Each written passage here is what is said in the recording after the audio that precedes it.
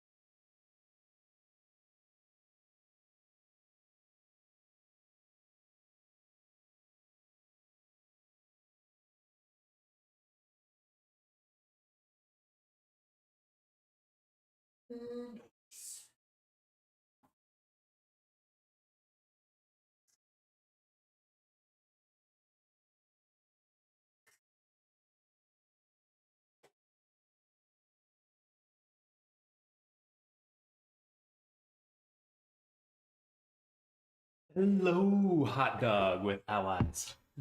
And JW. Hey, yo, he's back. Yes, I'm back. Had to get some water. Some agua.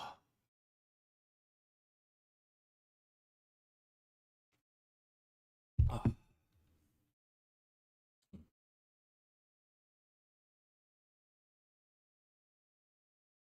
There we go. Wow. I need a haircut.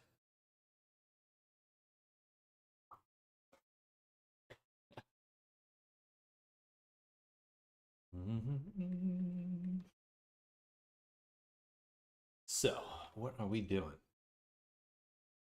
I don't know. I don't know.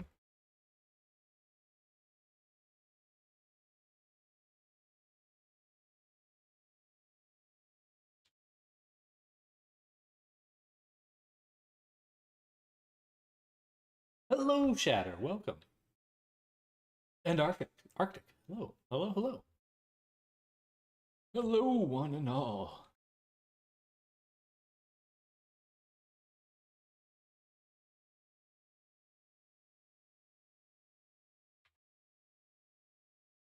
Welcome back.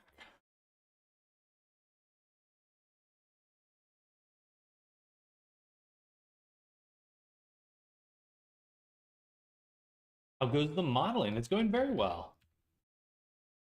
Going very well indeed. So we've got our snake dude here. Done most the work on him so far. He's got a big tail. It loads. Oh man. It's really slowing down my computadora. I need to turn down my multi-res. If it ever loads. If it ever loads. There we go. So we'll take multi-res, set this to 4. In the viewport. And for the tail, turn that down even more. Okay, much better. But yeah, it's coming out really well. He's already rigged, which is very cool. Using a multi-res workflow, which has been awesome. Really speeding up my my process here, which is always a good thing.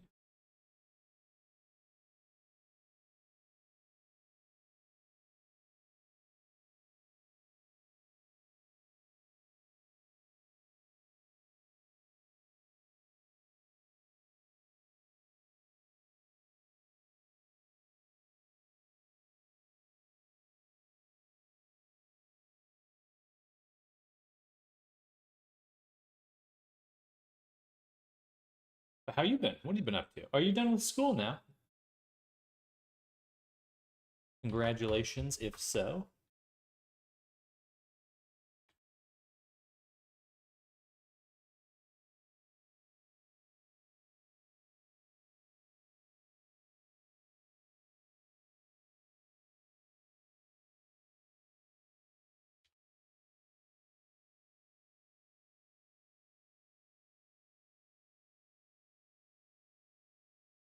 Round 2, let's go!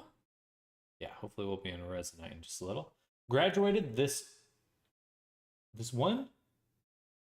I am. I graduated this one with 3.96, got accepted to my next one. Very cool. Congrats, congrats. Onwards and upwards.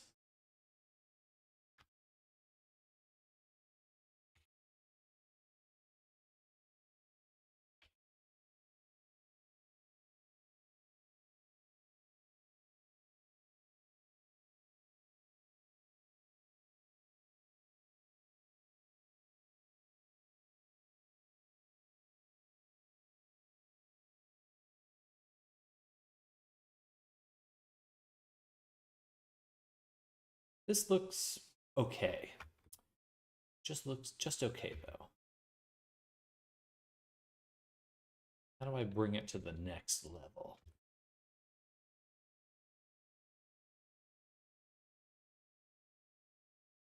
First of all, let's not make it glossy. Or other way. That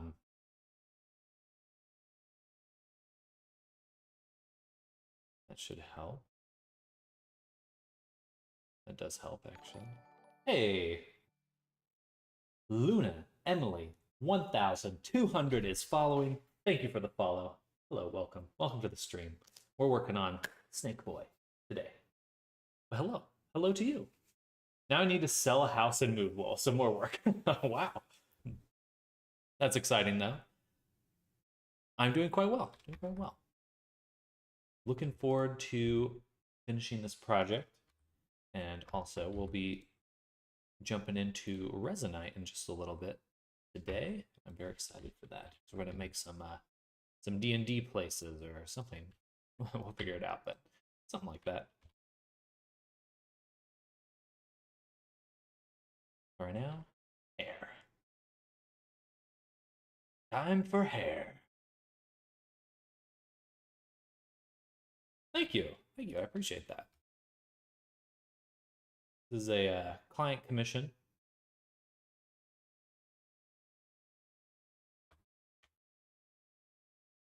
Kind of the redux of a past character.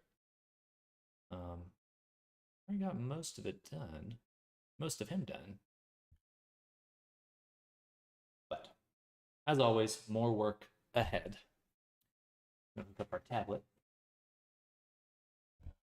Get started. Are you familiar with VRChat, Luna? Oops. Looks like a death. Eyes so attractive. Well, good. We do want to make them icy. Icy boy. What's going on? I think I broke something because now my hotkeys are no longer working. Then where are you from? I live in Texas.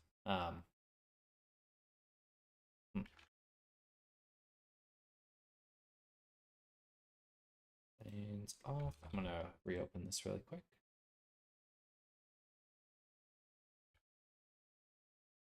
There we go. Okay. Then, how about yourself? Where are you from?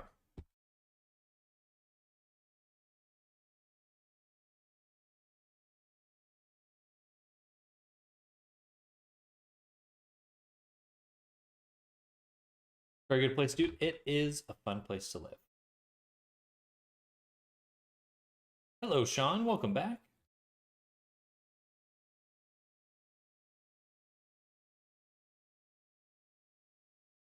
Got a new front end for AI stuff. Been playing with legit 1,000 times better than the old jank setup I had. Can't pass files and images to working on linking it to DB for long-term memory and RAG stuff. Ooh, very cool.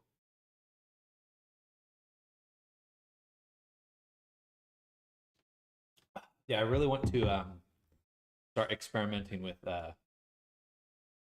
making like a personal assistant or like a automated manager to help me with my organizing my work and stuff, or like getting advertising and all that jazz, promotion. We'll see how that goes. How long have I been streaming? I've been streaming for better part of 4 years now.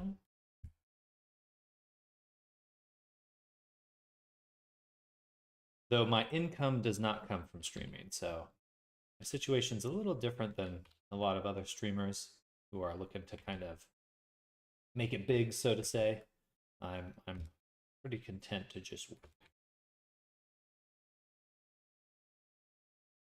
because most of my income is from this work I'm doing right now. Then I'm trying to make some products and stuff, so anyway, a little different, still kind of the same deal in some sense.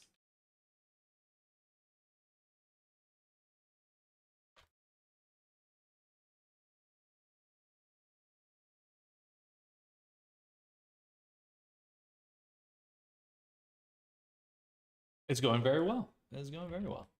We're just starting the second stream, and I expect we'll be in VR shortly to do some fun projects.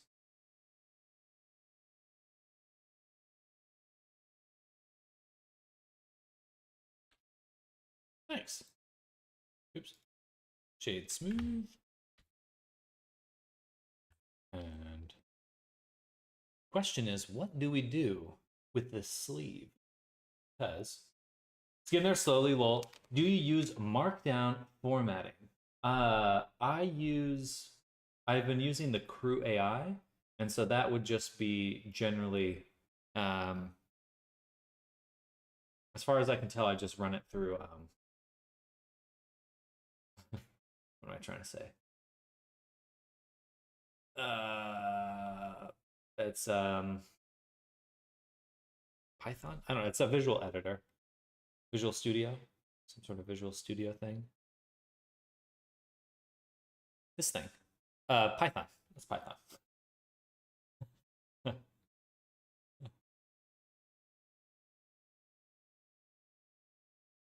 What games do you play? I mostly play VRChat and Resonite.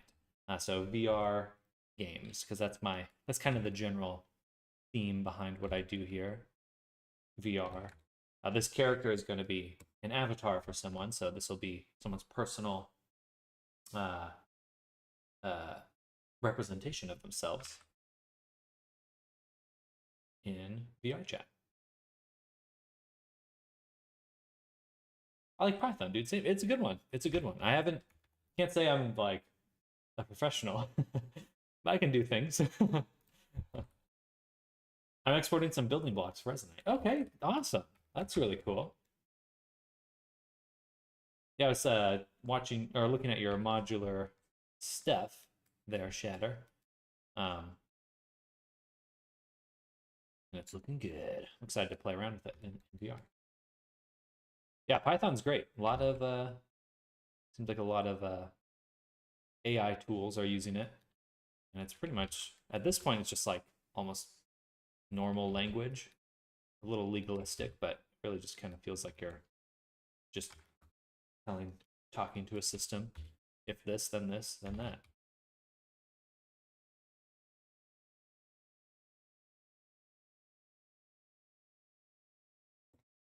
Very helpful for other websites and projects.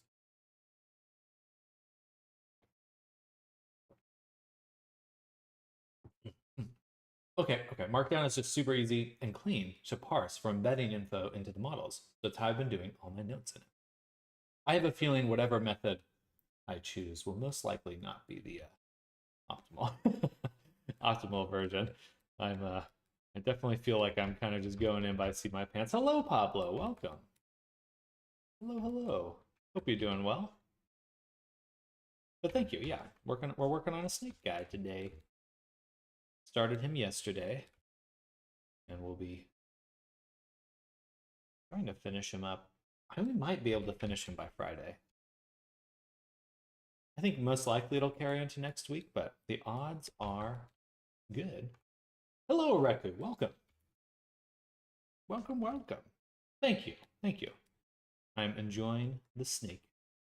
Snaky. Snake round 2.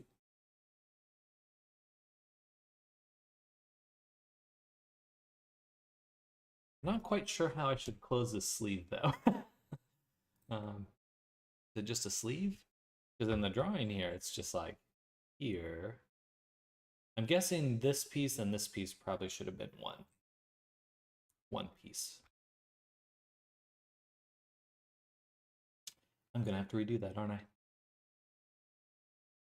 Yeah. Okay, that's okay. We'll go ahead, take this one, get rid of the multi-res. Get rid of the multi-res here. Delete it. Can we be friends? You're certainly welcome to come and hang out here. You're welcome to hang. I don't really, I can't say that I'm much of a socializer. But you're always welcome to come by, hang out, ask questions, and chill.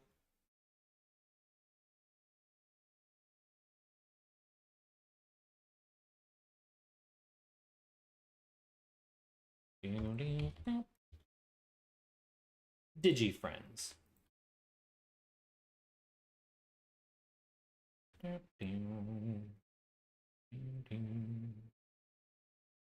And we'll move this back over here. Flatten it.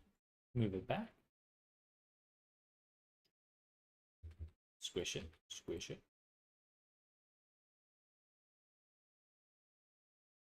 And we'll do one more cut there.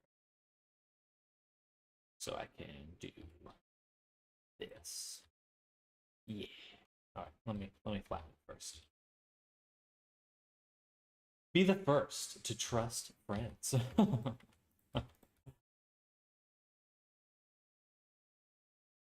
I'm certainly open to hanging out in this space. I'd be I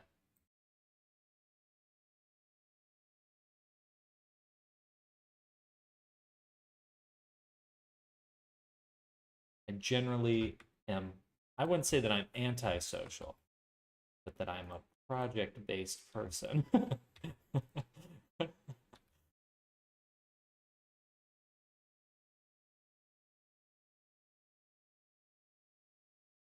Sure.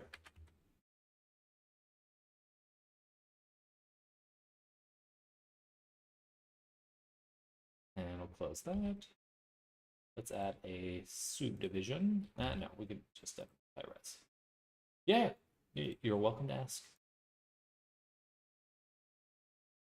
And we'll go ahead and crease this. And then, not really how pressure works. You don't ask for it. Okay. But certainly down to be friendly. To do custom artwork for the streamers to enhance their streaming experience.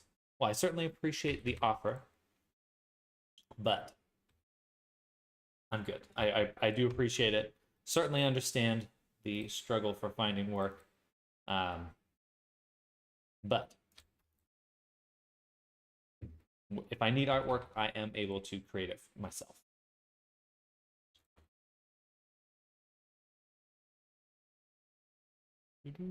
Let's close that. Close this. Squish it in. No, thank you.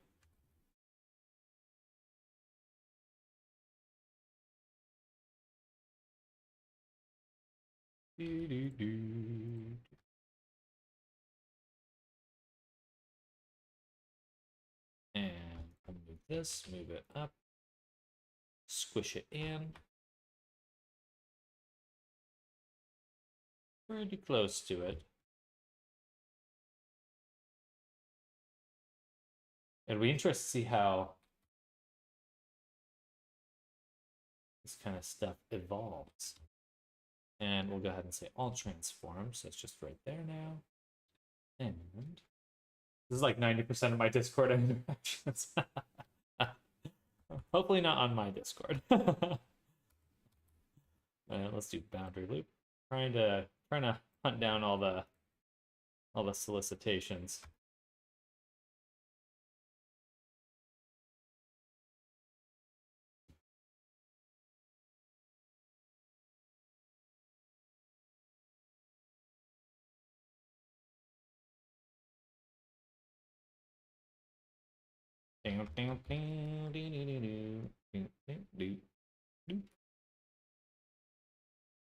No. No, I would not.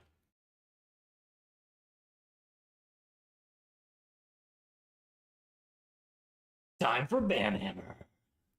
Yeah. We'll say for now, cut out the offers, Emily, or I will destroy you. I will destroy you.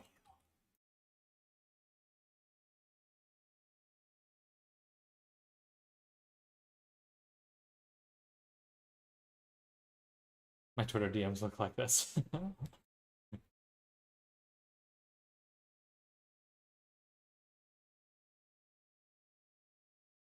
There we go.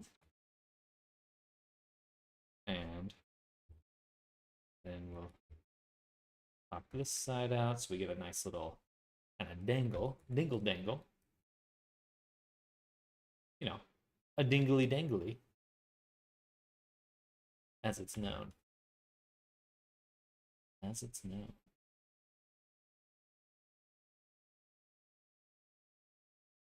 And we'll say apply base.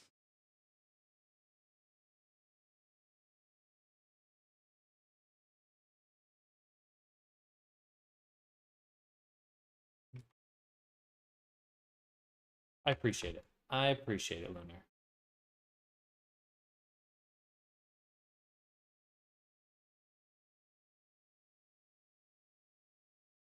I am.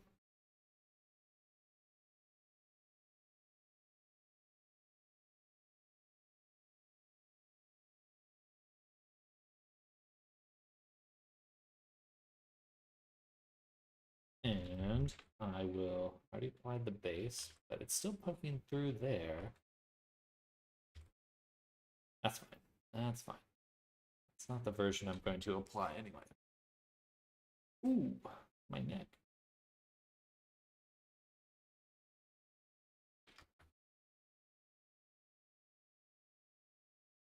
All right, that's looking a lot better. That's looking a lot better. I'm going to do one more thing. I'm going to take this edge and bring it in. Well, no. Should probably solidify it.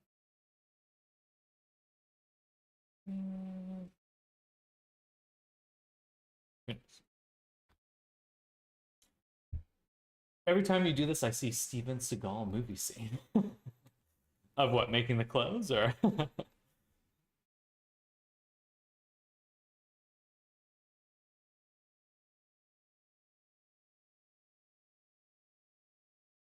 Oh, neck snap. Gotcha. Yeah.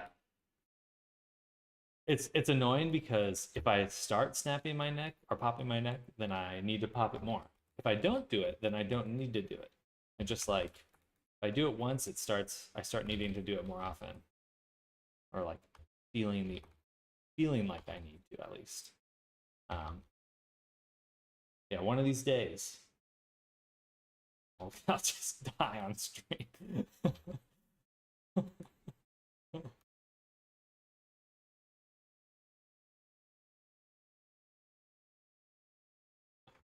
Do it and it makes my bones itch and I have to. I don't want this to happen. Yeah, give me the itchy bones.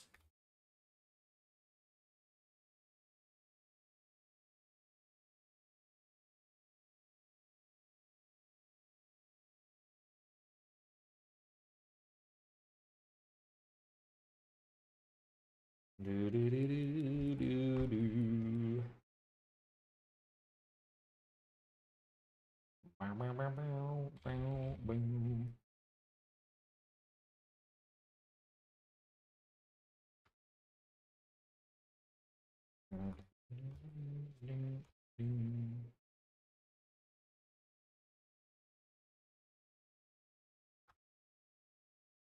Feel if I do it, I'll need to call ambulance right away. I mean, I've been doing it for a long time, and I'm fine. I'm fine. Nothing's wrong with me.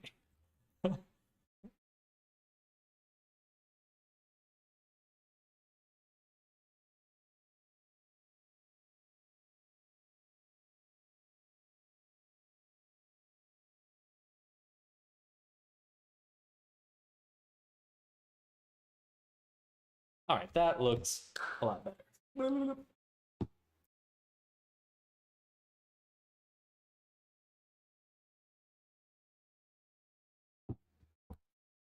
I've been doing it for years. I just taste my brainstem now. It's okay, Will.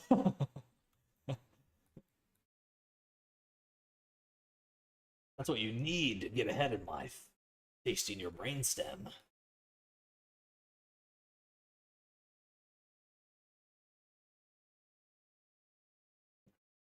Yeah. Yeah, every time I pop my neck, I smell purple. It's fine. As is intended.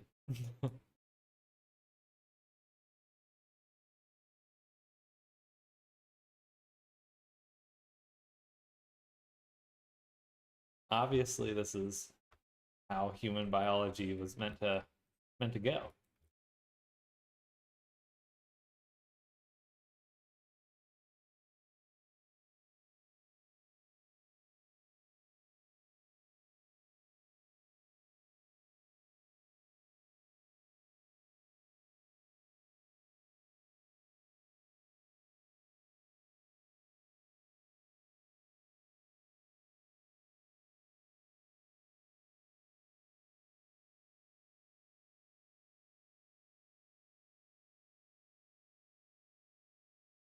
I love the theory of smelling purple but not seeing it well. Purple's nearby. There's a fly in here.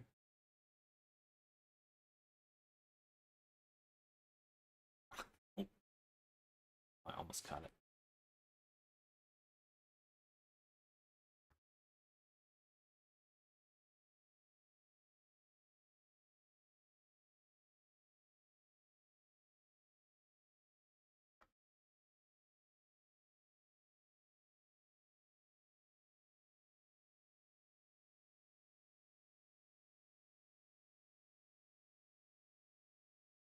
There we go. And then like this. Messy claw. Is that a taco? Is that a taco with a fork? Is that a taco with a fork?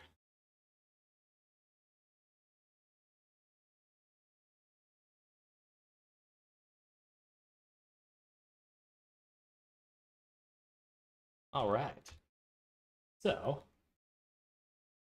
pretty good stuff there. Let's do another subdiv on the pants. Lagging. And we'll cut here.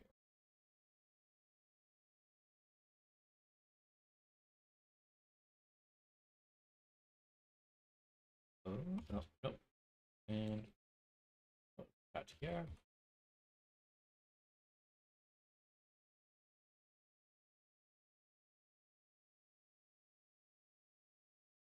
It's me all scrunched. Lol. I am now. Morty! I'm a taco, Morty!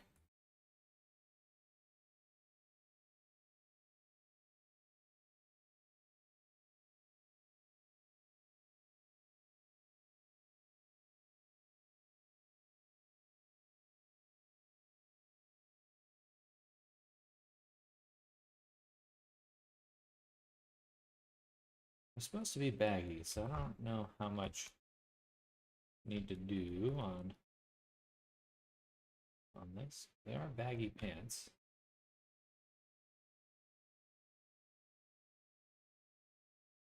Might be a little bit too wrinkled, honestly.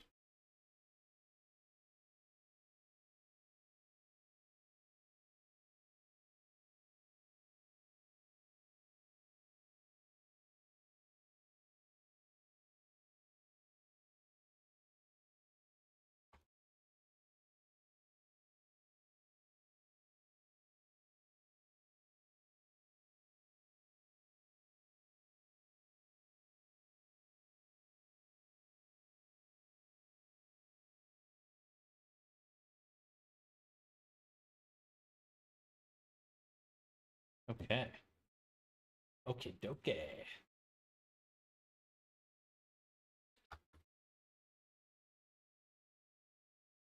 Um, this belt here is not defined. Looks like there's a little rope in the middle, maybe. And then there's also like a little buckle here, some sort of buckle.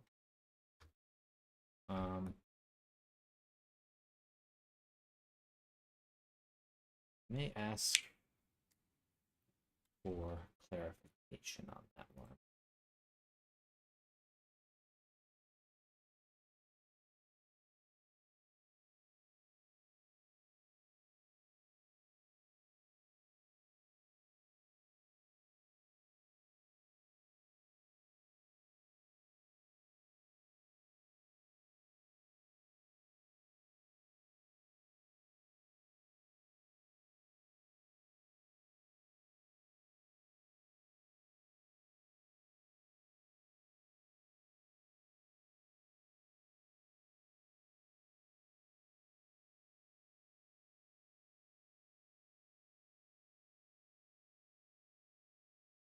Mm,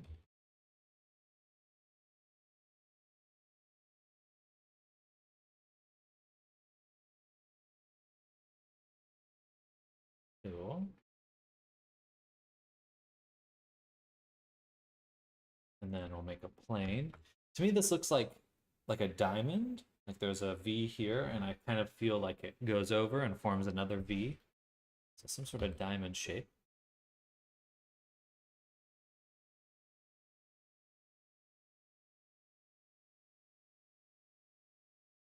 That was funny. I could have just rotated it. All right. I have a subdivision. The difficulty with this one is that I will use a plane. Still rotate it 45 degrees, but keep it together and subdivide it.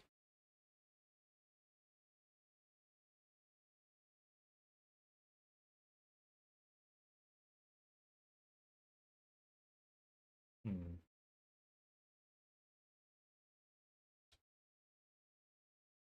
No.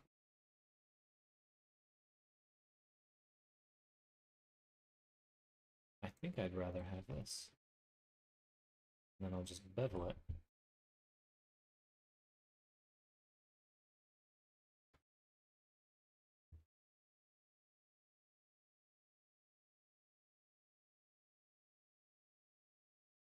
Yeah.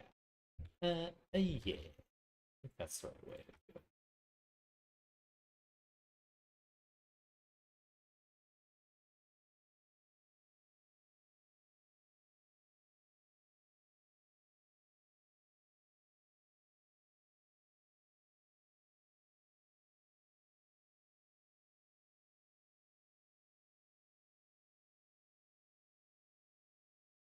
All right.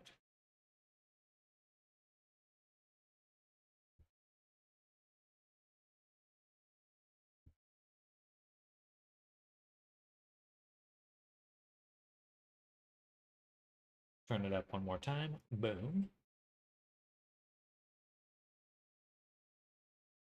Then cry. No. No crying. Um, we'll duplicate it though, scale it up a little, and then indent it like so.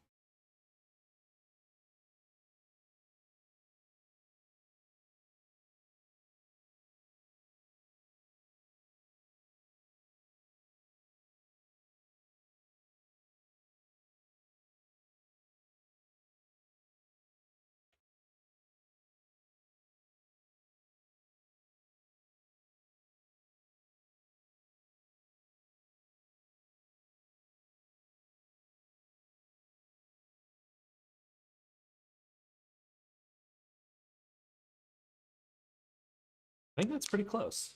All right, bracers now. So the bracers are just a cylinder with multiple gems embedded in the surface.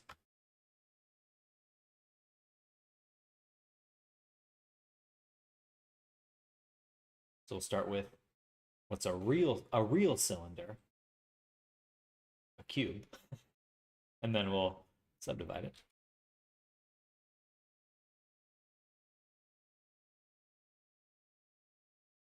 And subdivide it again.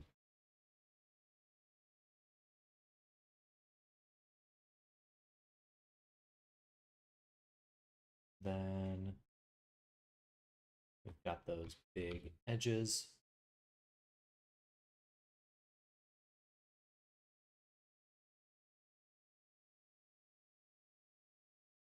Right there. There's no reason not to do this just full subdivision.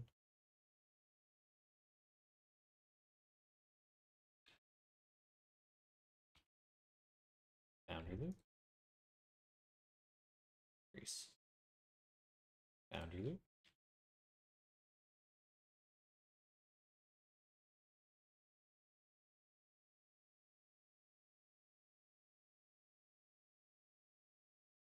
Select the boundary loop again, grow it. So use faces, grow it. Point 2, shrink this way. All right. And then obviously the portion near the wrist is thinner than the back portion.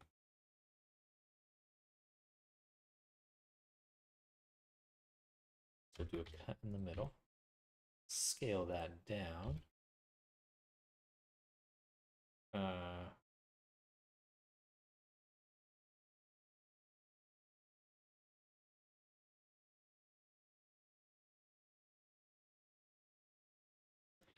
As long as we don't apply the rotation, we can still work with it in a nice way.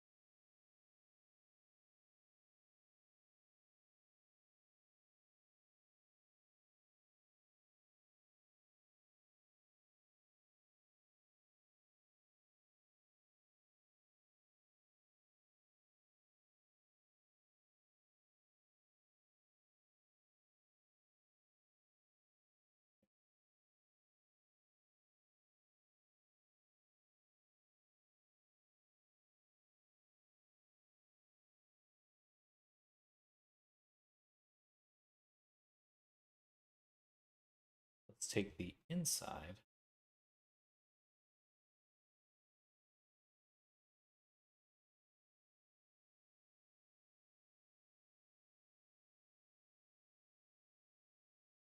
And scale it the rest of the way. Oh boy. Oh boy. We have messed that up. This, bevel it. Then scale it down again. All right, much better. Okay.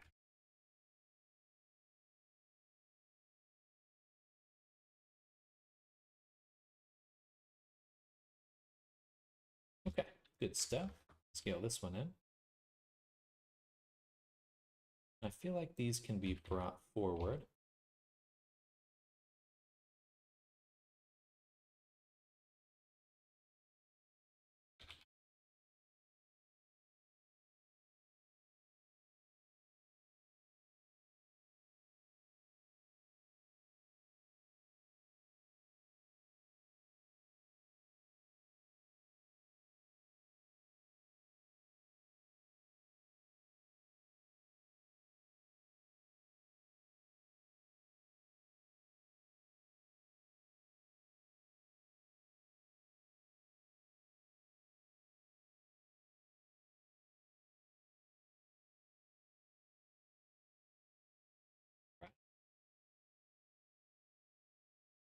I need to sneeze. And so I did. Prepare the sneeze.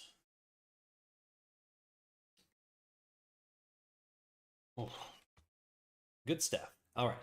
I'm actually going to make a empty here. And I'm going to call this position arm. Just works there. Bless you. Thank you. And we'll go to relations, drop it into there, and then select an Alt P, clear parent, and keep transform. And that's so I can put it back when I need to.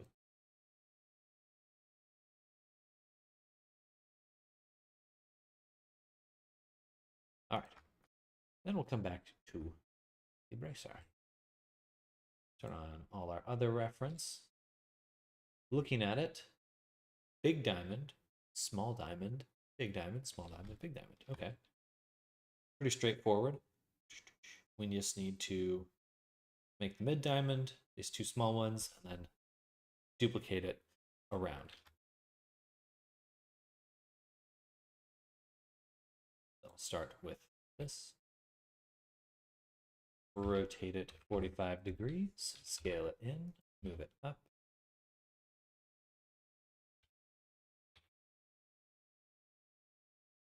And because it's been fitted to the arm, it's not quite as straight as this. I don't think it should be. I think we should have it be a little form-fitting. Otherwise, it's going to look kind of odd. So we'll do a slightly different design. I'm going to poke the face in the middle so I can take this midpoint, push it up, take the whole thing, duplicate it, move it down, boundary loop, bridge. Yeah, actually, that's fine. Because then I can grab the other points and bevel them as well.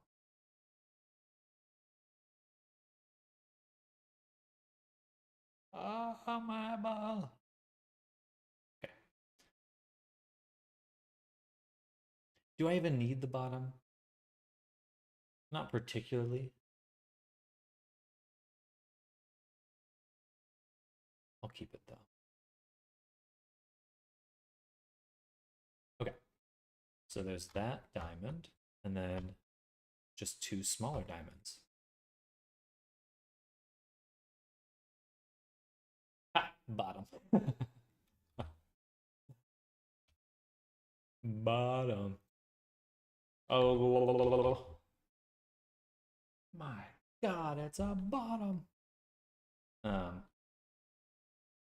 Isolate. Or scale it down. Rotate it like so. Actually, the Smaller ones are towards the wrist. So move this way. Ah, why is everything spinning so much?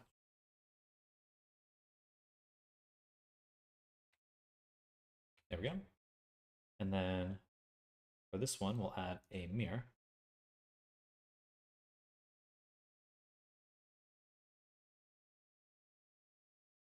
Yeah, it should be fine.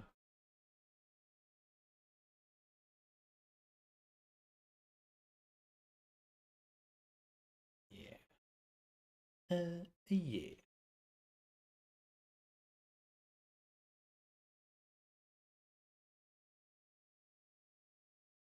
Cool. Then we'll take these, mesh them, combine them, go to array. No, before I apply the mirror, let's unwrap them. So for our top guy here, we'll just do a cut like so.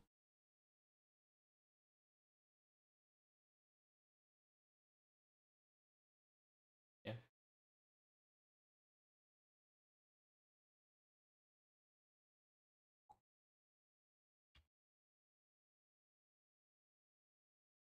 And for the smaller one, it's just the same thing. Boom. Mark seam, unwrap, a pin, shrink, and then we can mesh it, take them both, combine them, slap in a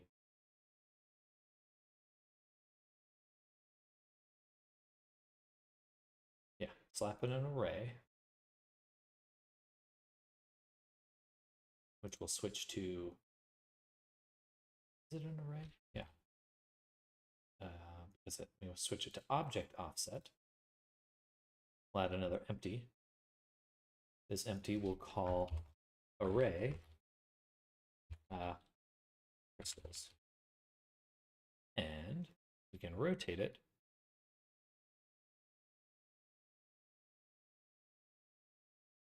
(360) divided by 4 is 60. So we'll rotate it 60 degrees. Right? No. Ugh, brain. No. 90. Duh. My God. Wow. I do this all day, and yet I mess up on that one. Okay. 90 degrees. And then we'll do this. Boom, boom. Ooh.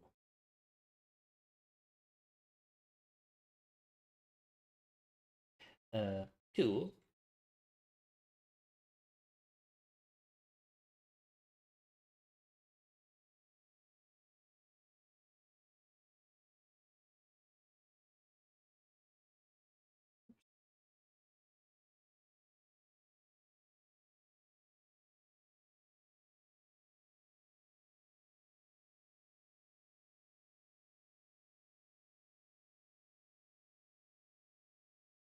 I think we have to apply the array, then take our crystals. Maybe a mirror mod for these ones will be fitting.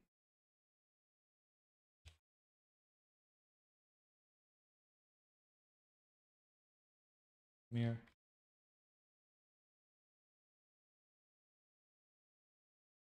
All right, top view. Take this.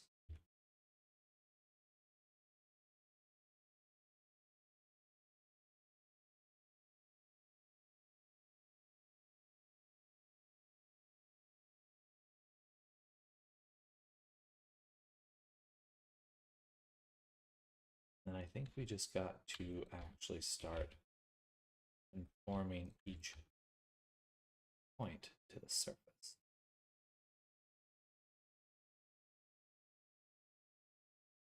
That's the big ones.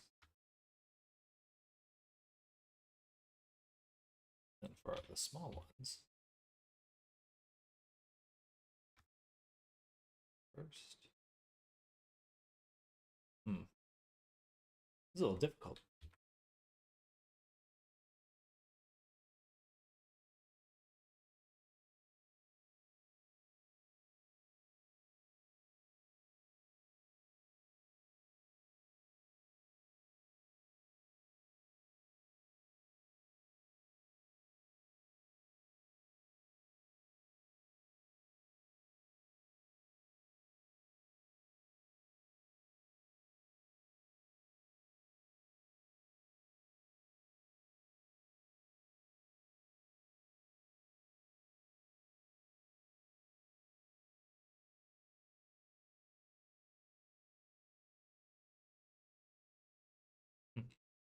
That looks pretty good, actually.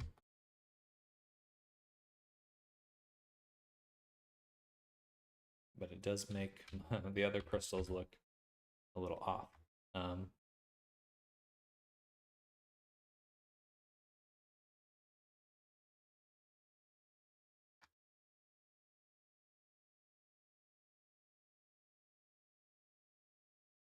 You're making the other crystals look bad.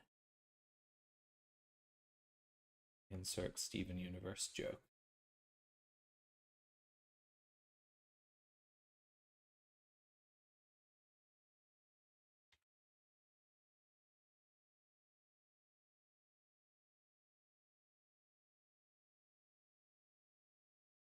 Okay. Delete that one, take this one, separate it.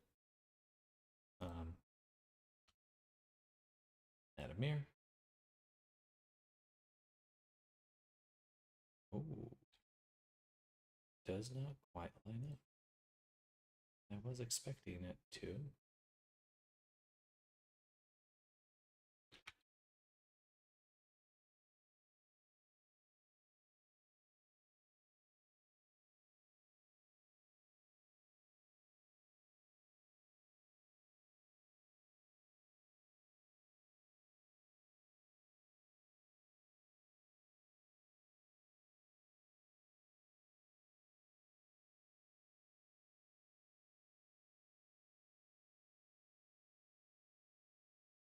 Follow the edge loops, go to edit, circle.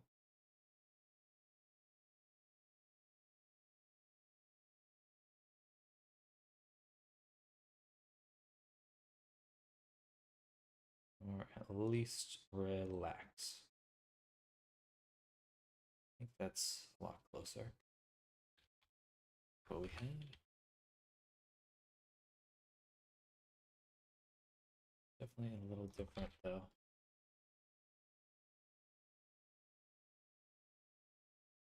Okay. Oh, we'll figure it out.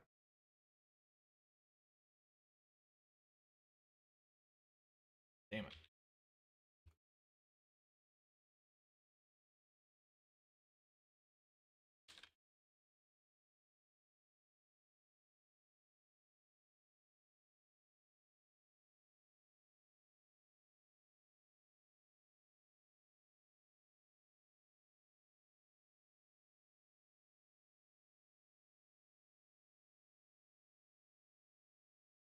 Cool.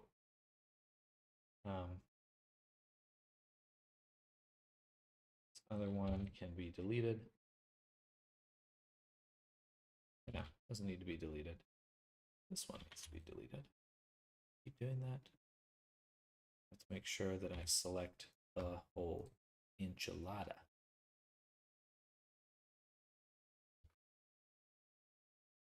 And another mirror. Boom.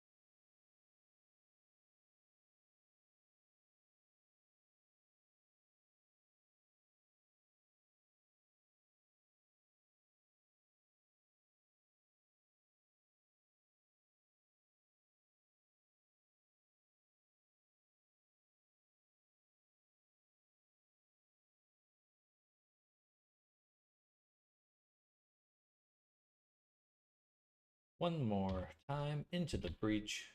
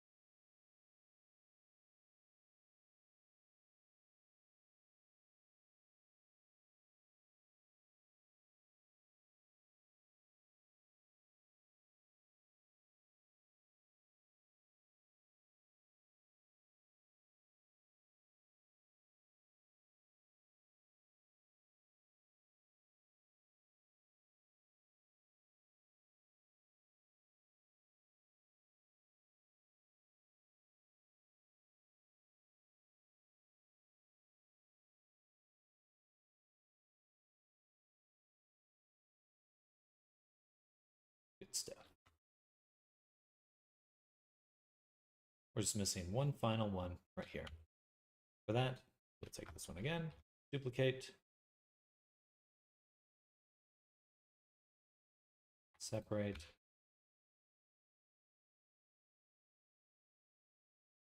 apply, delete, apply another mirror,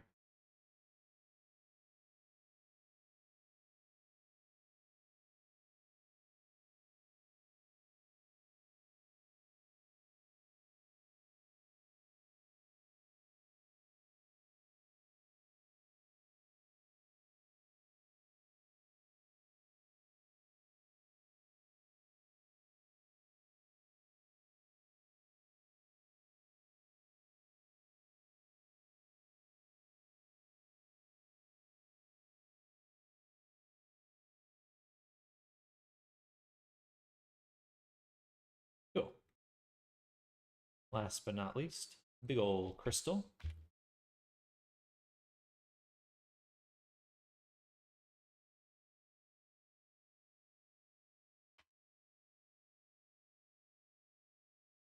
Good stuff.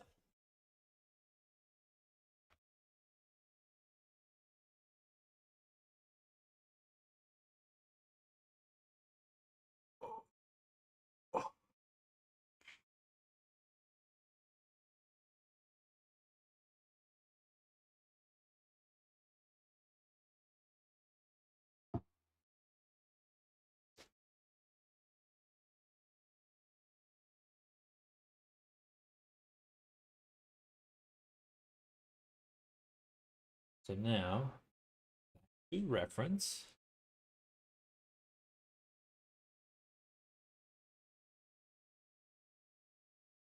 and we want to make this little motif here, which looks like kind of a winged shape. Looks like there's more texturing on there, but we'll save that for when we actually paint it. And these are rounded. These are not harsh edges. They're very smooth.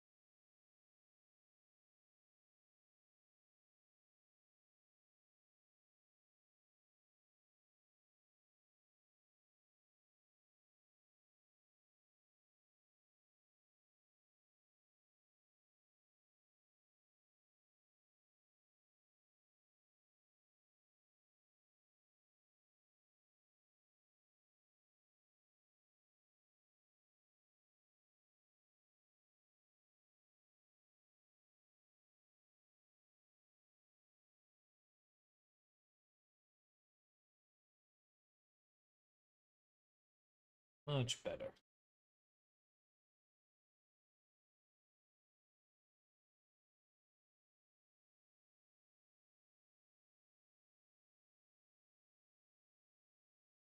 All right.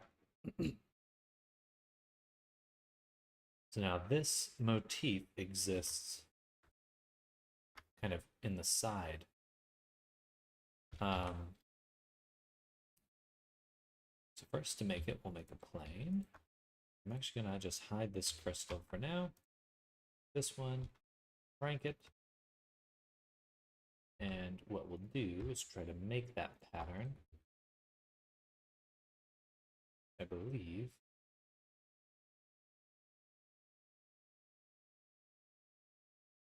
something like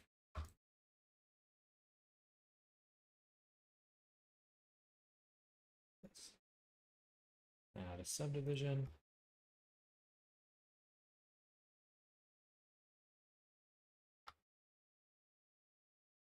Cut it, cut it.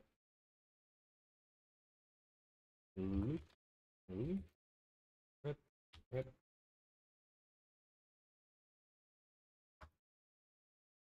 E.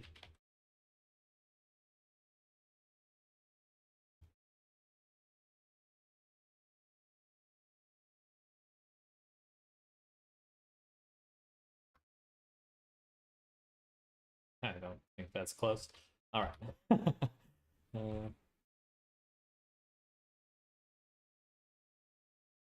Why am I working around the body?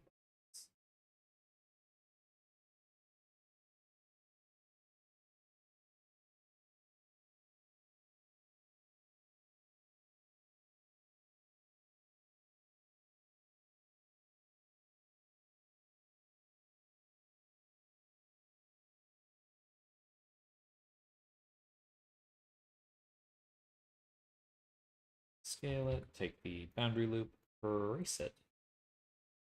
Take these tippies, collapse a Runo. Boom. All right. Then 0.8. Throw these out. Same with these. Oh, they're collapsed. Come on here. No, they're too.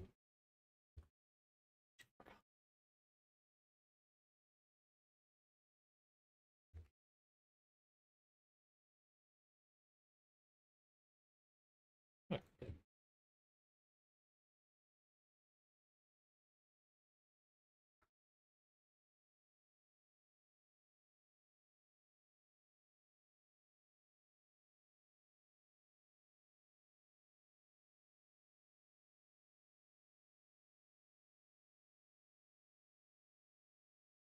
Take both these sides, edit, and G-stretch. Make it even spacing.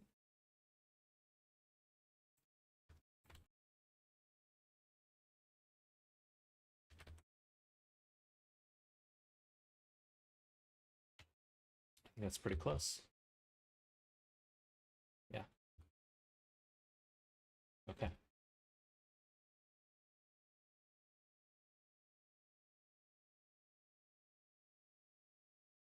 Now that we've done this, we'll slap on that shrink wrap. Boom. And then we're going to rotate it 45 degrees. Give it a solidify.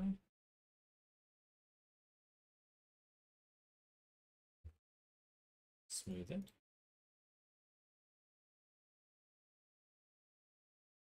Ooh. What? Why does it look so bad? Hmm.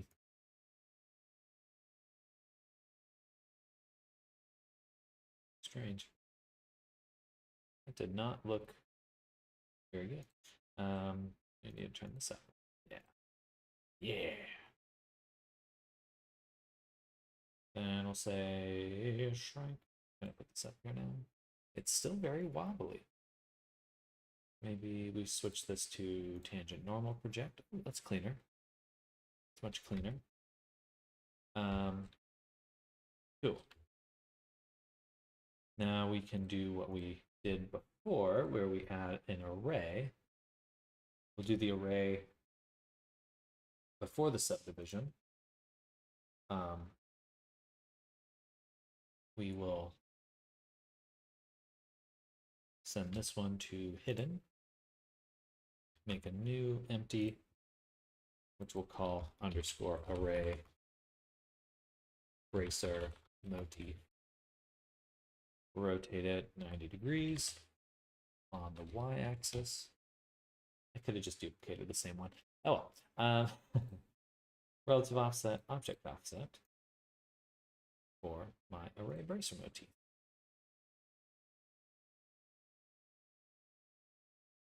And boom, boom. Gorgeous. Gorgeous.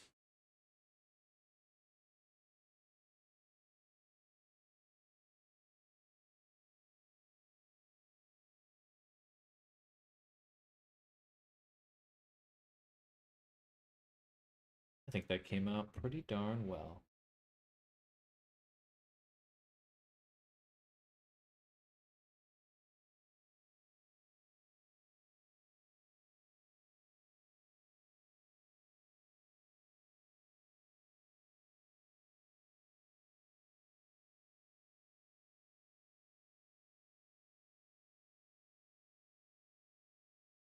it's still picking up the shrink wrap normals.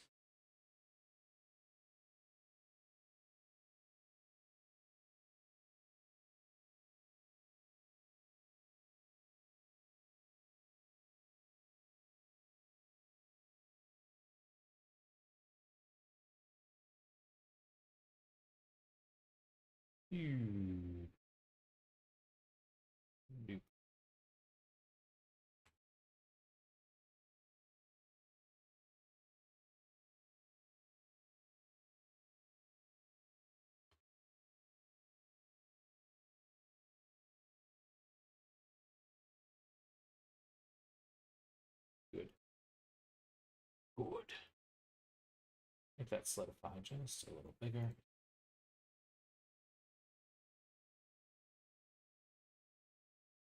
And actually change the offset to 0. So it is intersecting. Good. That looks like a bracer to me. Let's make a backup copy.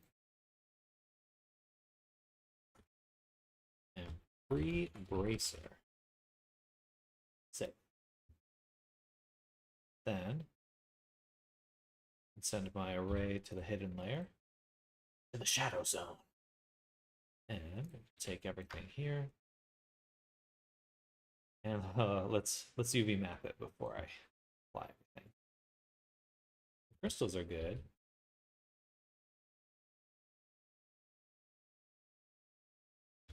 I'm actually going to go ahead and apply the mirror. Run the cut right there. Mark that seam. Unwrap. Take it. Pin it. Straighten it. Easy. This object I don't actually need to unwrap because it's just going to get baked in. We're not going to include that in the final geometry. So that means everything is unwrapped. I'm going to go ahead and mesh all of this and all of this. And we will combine everything in a second.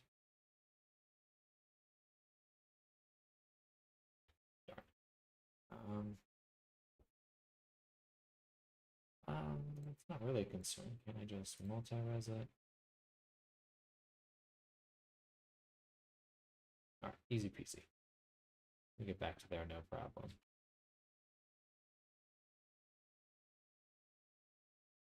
All right, then yeah, I will mesh it. I will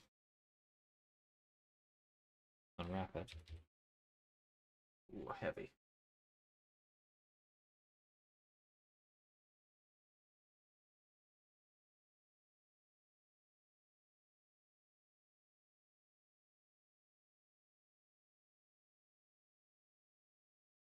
I'm going to organize these crystals. We'll do kind of a front view. So the top one goes up here, bottom one goes down here. This one goes that way, that way.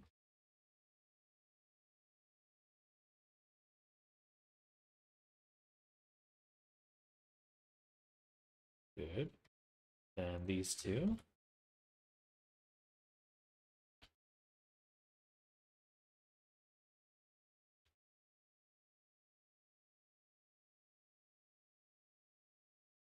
Okay. I believe this one should be bigger then.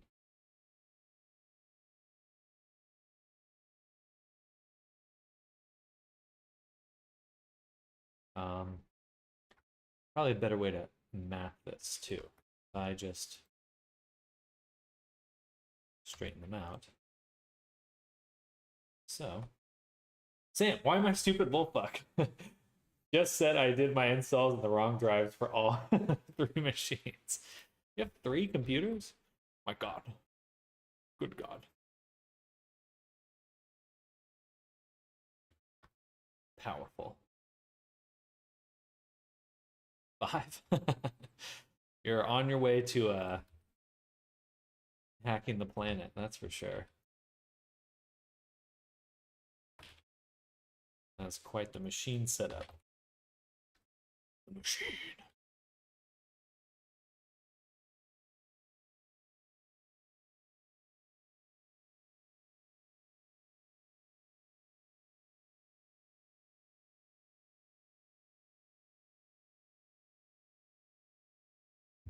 I lied. 6. Can I copy the UV maps to them? Probably not. All right, do this.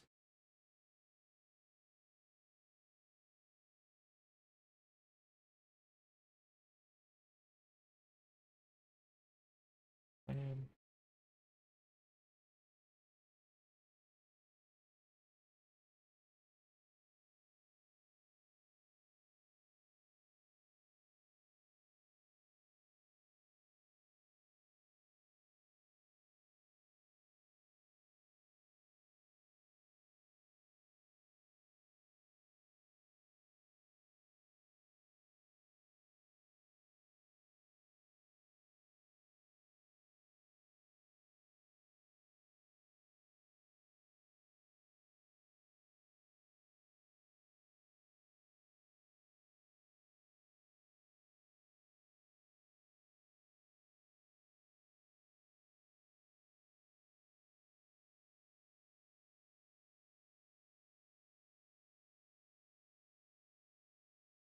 oh my goodness.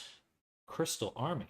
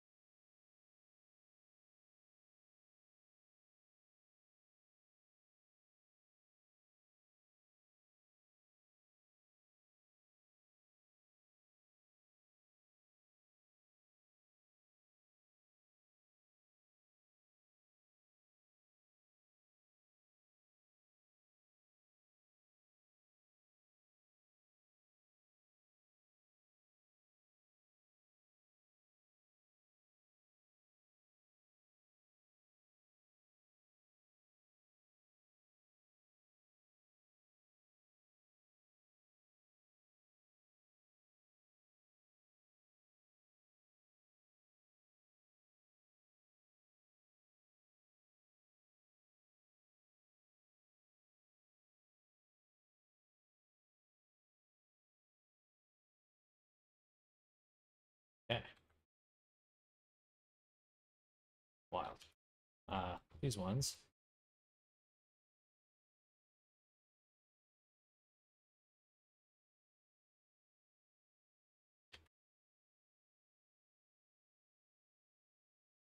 Okay.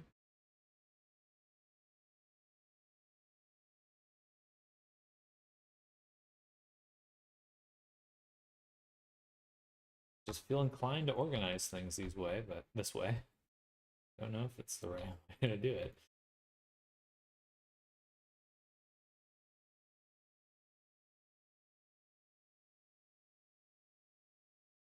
Mm, mm.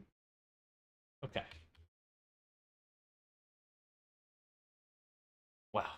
Crystals.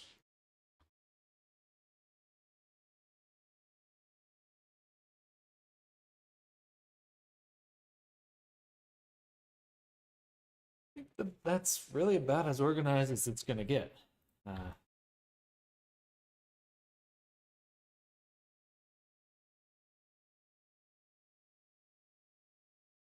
of looks cool, but I feel like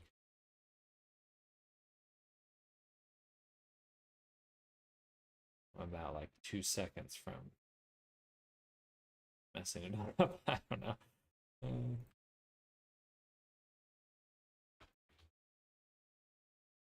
There we go. All right, there's all my crystals.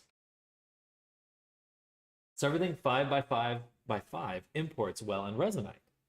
Everything I made bigger has hard time with scale, IDK. have you applied your scale to the objects um, in Blender? So when I'm looking at this object here, this is scaled out, these settings here, where the location 0, really your scale's the most important one. As long as your scale says all 1, it should import properly. Are they childed to any objects? Are they child objects?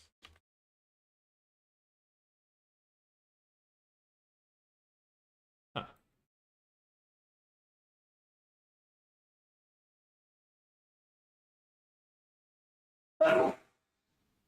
Are you choosing meters on the import settings?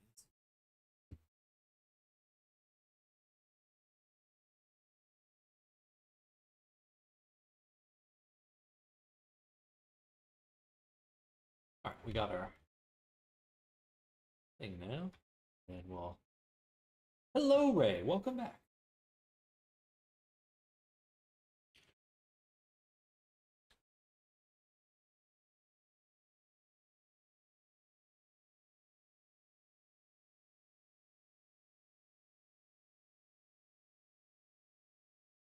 I'm okay with a little bit of clipping here, so you can always adjust it later. 99% there.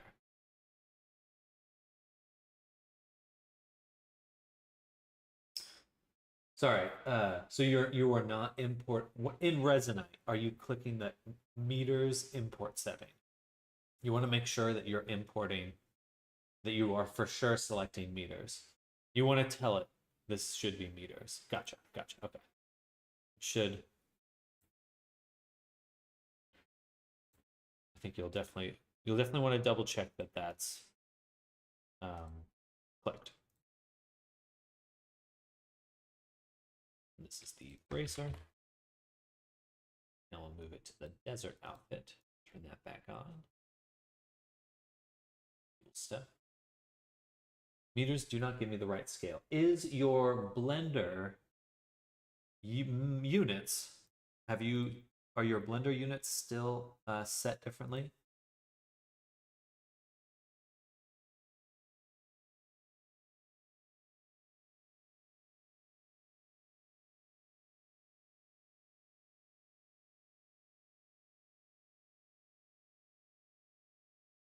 They're set to meters.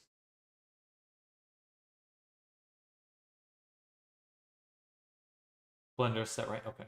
When I was making some of the weapons before, I had to look at one of the swords and it was almost 12 meters long. Blender is set right. Yeah, this guy was saying they're applying the scale. Hmm.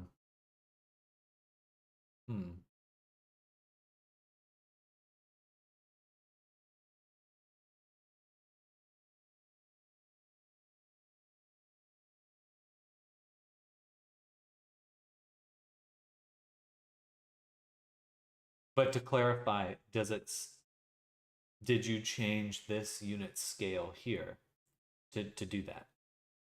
Does this unit scale say 1.524 meters? Okay. Hmm.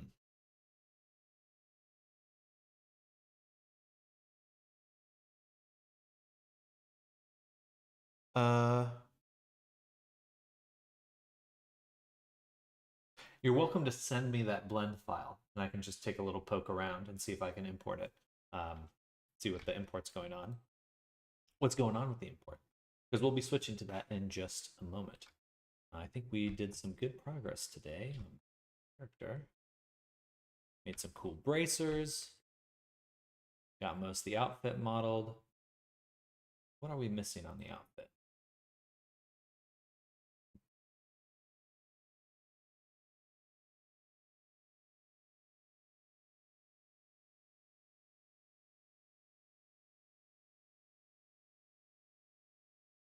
Oops.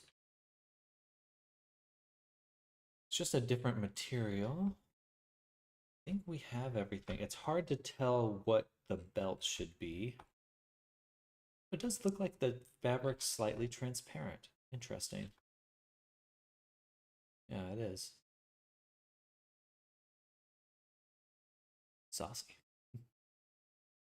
I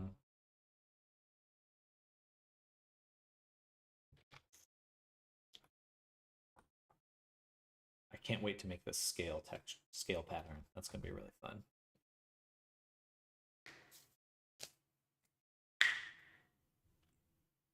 So let me go ahead and see.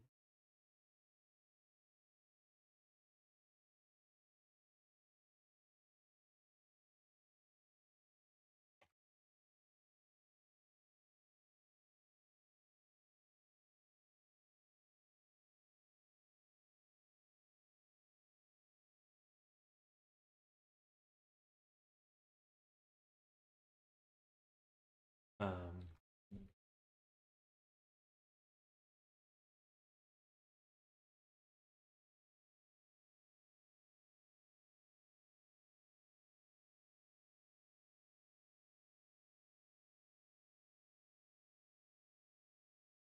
I just need to send a message really quick.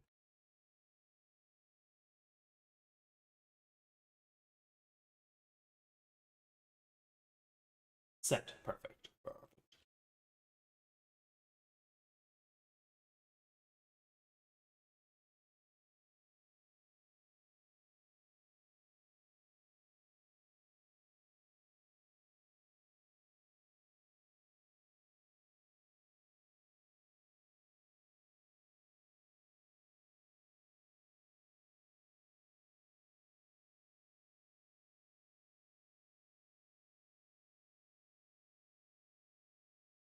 Okay.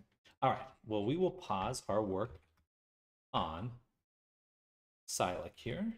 And let me go ahead and maximize this or close it. Huh. Still select the image. But not before we take just a few screenshots. It's important, okay? I like taking screenshots.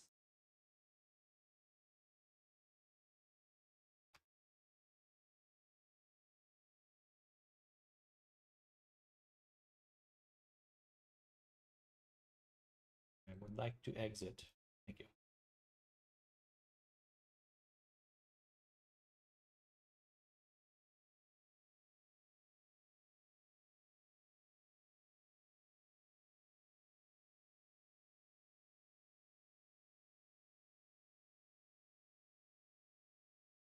Load. And load. Definitely lagging my computer. See my stream lag a little.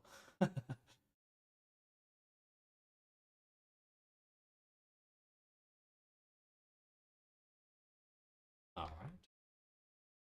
Now that we've done that, we'll do one more set of screen grabs for Twitter. Good old Twitty.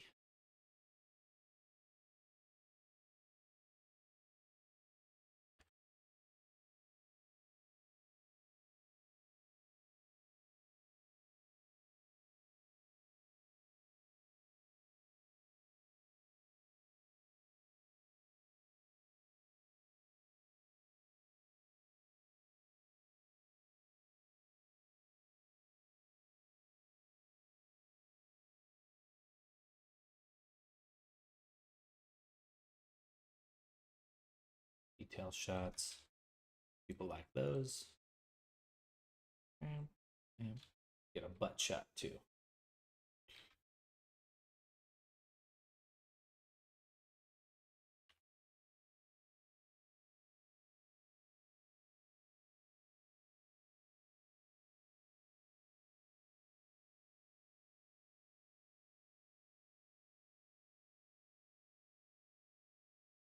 All right.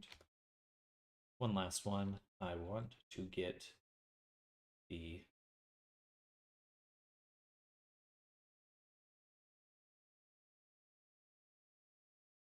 add big brick. Hello, time Val. Tim Evout. Ooh, he's not a construction worker though.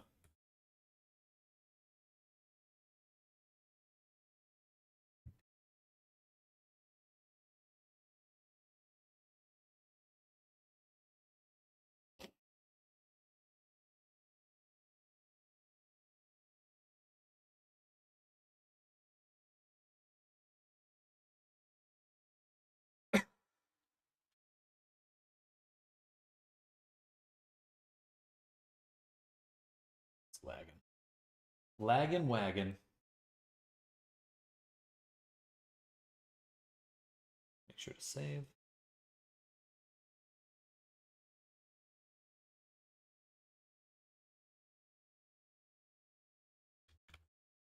And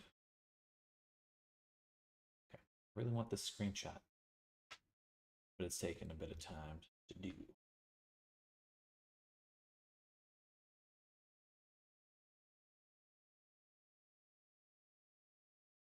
Oh, 1,000,000 years.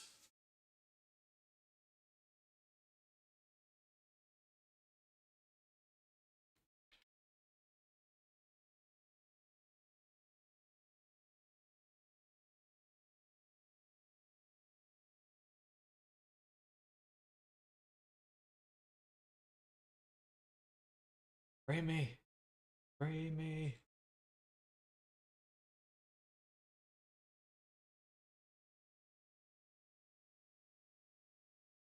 Okay, set this to 3.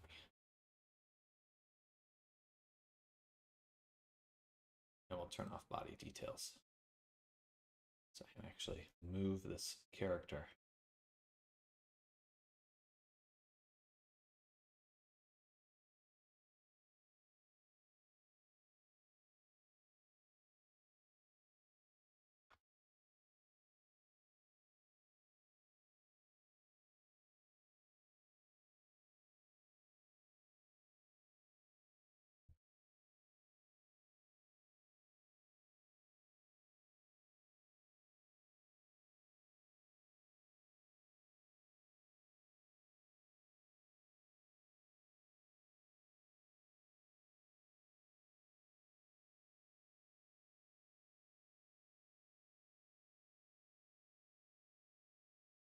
Tongue and teeth and bone.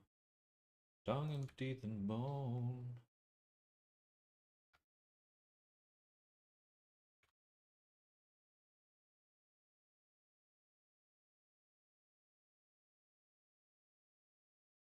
Alright, this should not be collapsing like this.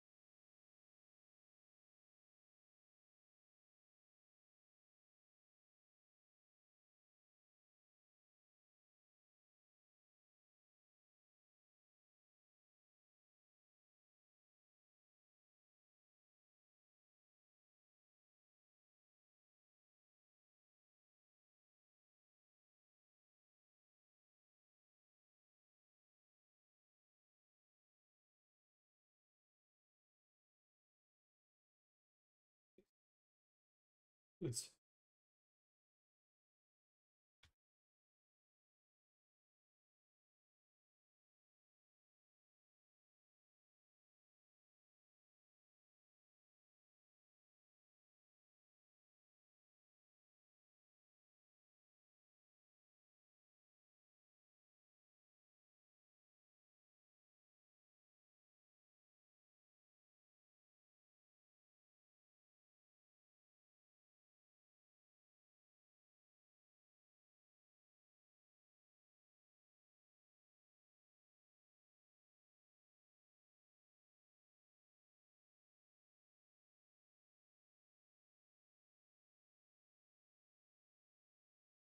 all this for a screenshot. Come on. Stop being so slow. Holy shit. Just please. There we go.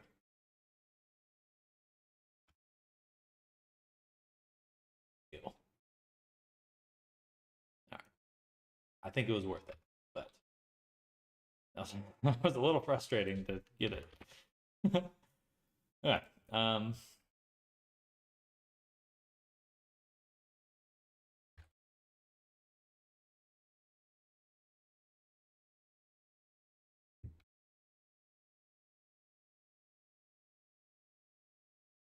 All right, we'll set the rest up tomorrow. Let's save that and move on to getting some Resonite stuff tested. So I'm going to close this, and we're going to get our download.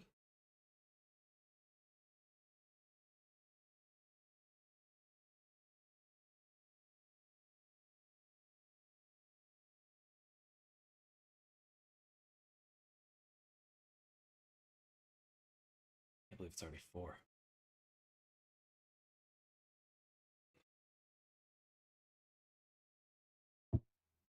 Hello, Kaiser. Welcome. Welcome, welcome. How goes your day?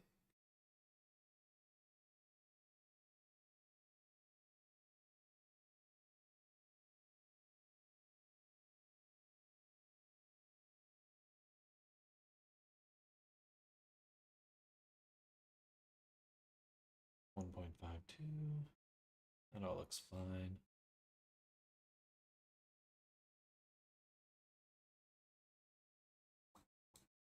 Okay, and it's in this collection. The collection is not parented to anything. I learned how to make hair cards for characters. Nice. That's awesome.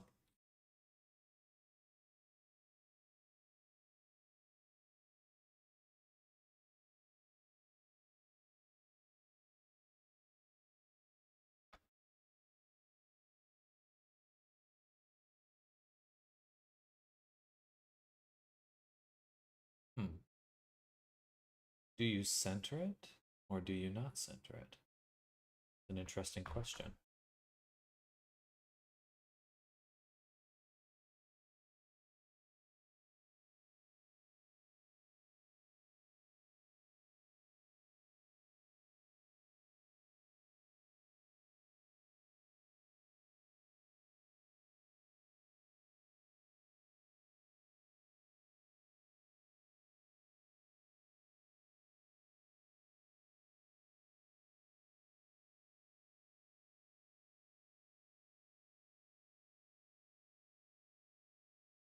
Is it again? There's a grid option somewhere here. Somewhere in here. Whatever.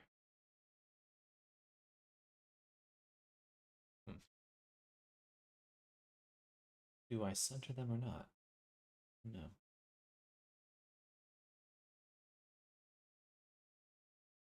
I think for your walls here, these walls, you won't need a base, a flared base like this. You'll just be able to snap. You could just have it be like set it directly into a tile. So combine a tile or on the edge of a tile.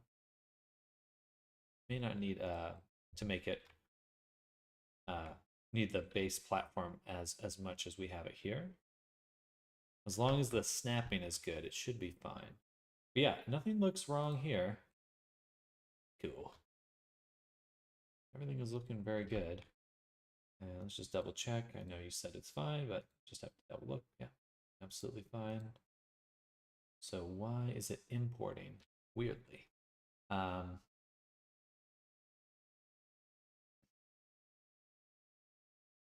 we'll do is export a GLTF directly into here with the selected objects.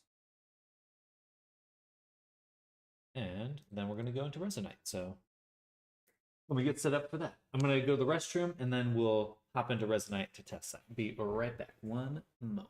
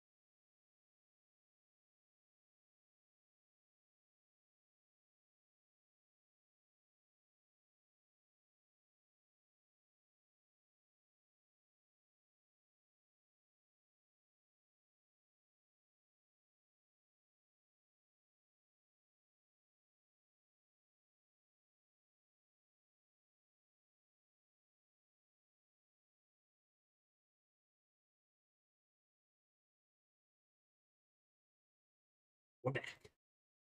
Sky making all the things. All the things. Making them all.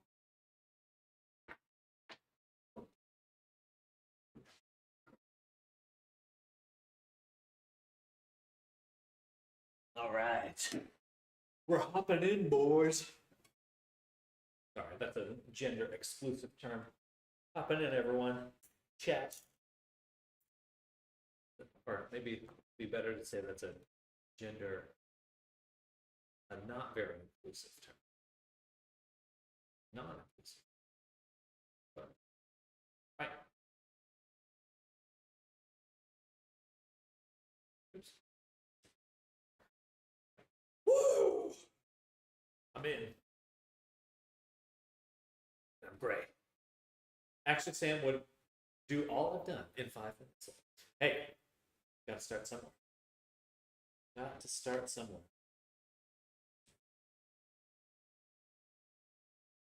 Does anyone know how to set up virtual desktop to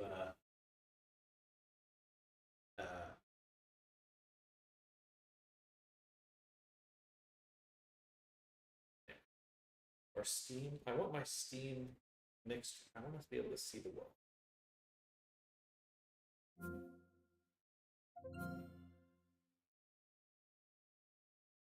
Anyway, doesn't matter. Turtles win the race.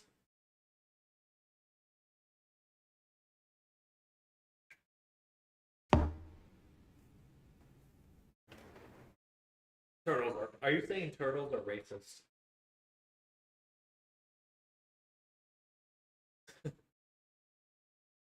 racist turtle.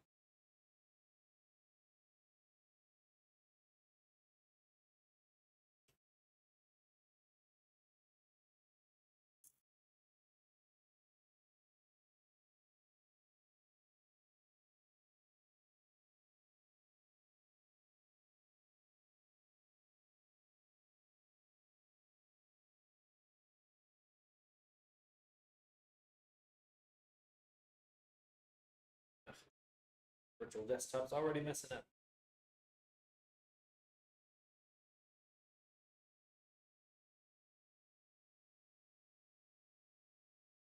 I don't know if I can blame virtual desktop.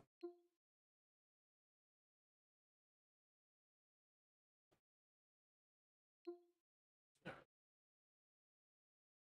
We're just waiting for it to load.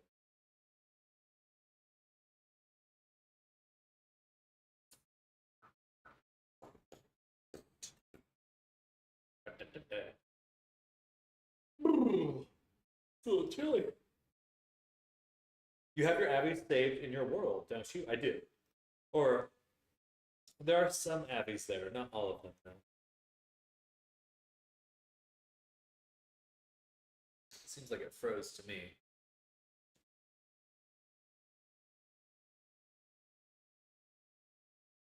Maybe. There we go. Things are happening. Things are happening. Still going pretty slow, though. Yeah, I think I'll make a blank world of my default world. Ugh. Nauseating. Okay.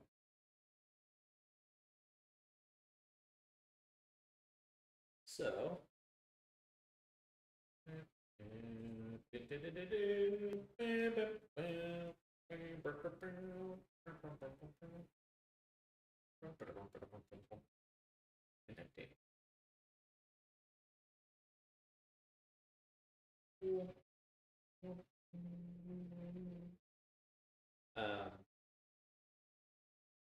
Need to reset disable scaling of yourself. Otherwise, it affects everything you do. Interesting. I don't think I have it on. Yeah. But now it's disabled.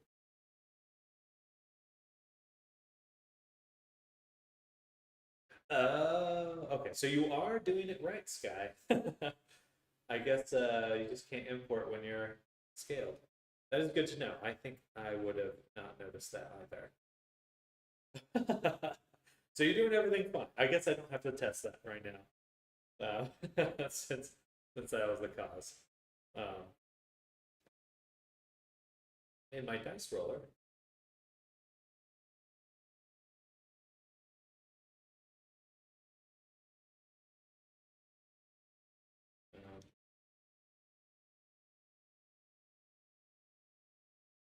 Not 100% sure on imports though, but it does affect inspectors, etc. So I wouldn't say it's possible. I think you're correct. I do think you're correct. If you're scaled, it affects your imports. But you can check not scalable. You can click when you're importing not scalable. So I think that's what you'll want to double check. All right, what's it gonna do here?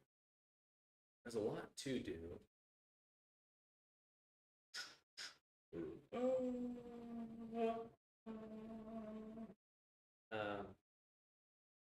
Dude, what a nasty little burn. Man, what? I got in and I felt like I had something I wanted to do and I can't think of it.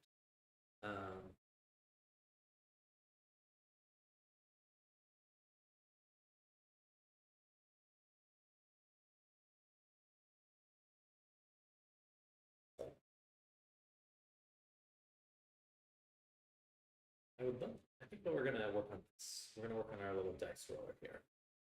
Because it could do with some movements. So, inventory.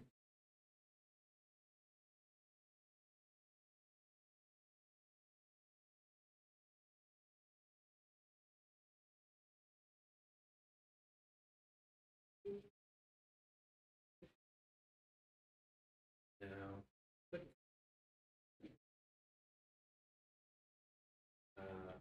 inspector. One. Now we have our player tool, version 1. Oh, the tool. What component was that under the core component for tools in general? I forgot the name / place. I believe it's the it's like raw tool data or something.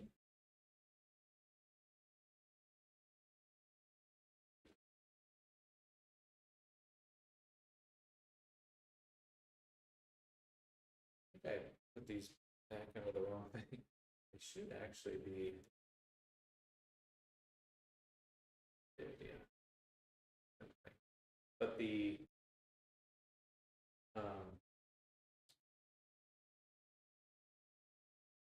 oh right, it's a sorry, just mumbling here, but it's on one of the tools. Button dynamic. Oh yeah, okay. So to get the tool, as I understand it, it's these components here. So like this is the button dynamic impulse with trigger, and I have given it a name, root context menu item. And this is the source that I fed it here.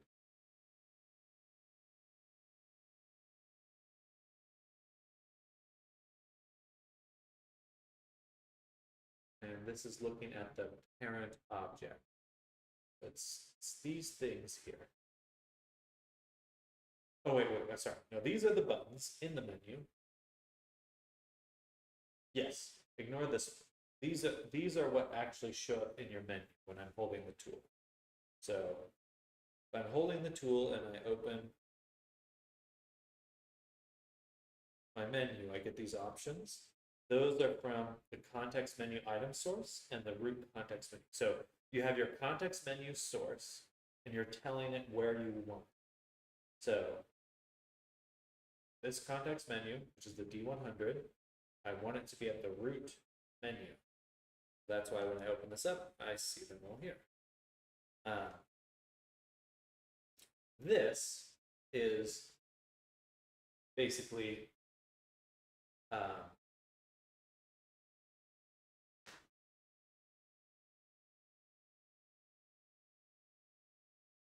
when right, when the button here is clicked, it sends a dynamic impulse to the parent here, that object, and this is what receives it. So all of these send to the topmost parent this dynamic impulse receiver, which exists on this spot right here, which then drives this whole system. Did you click on join next to Sam's? I can't join you. Should have. Swear I session context save changes.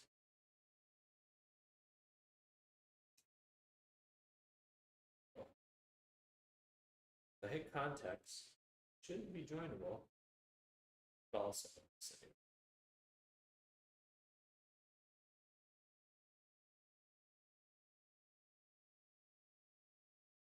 Oh, Steven is offline. Okay. I must have. I did come on over the weekend to show my brother Resonate, so. Yeah. Should work now. All right. So, this is our setup. And basically, we can feed it a dynamic impulse, which then, yeah, dynamic impulse with data. Right, so this is the clear option, and then this is the actual dice roll, because I give it a value 1, 2, between 1 and whatever value I assign it, which in this button is 4. It's D4, so I pass a 4, or I pass a 10, or I pass 20, and then it gets fed into the system and it outputs a number to the display on my little dice roller. See, 28. I do need to get it to snap. What if I put this here?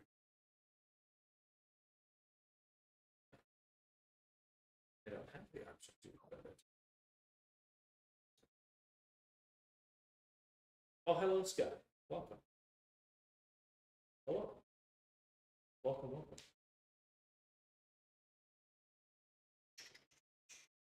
Oh my Lord up here. Welcome to the world. I'm going to be working on my little dice roller today, just simplifying that.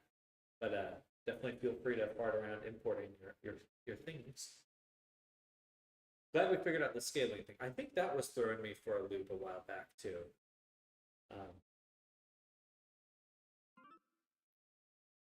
Sounds good. Yeah. Yeah. Yeah. I need to make a custom avatar. Custom avatar. I'll probably do something like what I have here, or the default one. All right, so dice roll. I would like to edit this so the buttons are not appearing in the root context. I would like them to be tucked into a dice menu, so it's not this big radial wheel. The question is, how? Do this. And my chat ever load? No.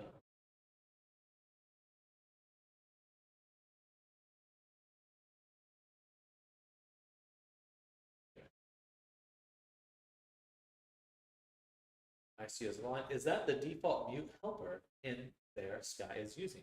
I don't know.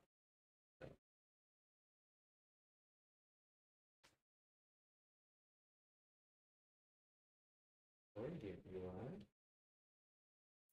Context menus is what I wanted.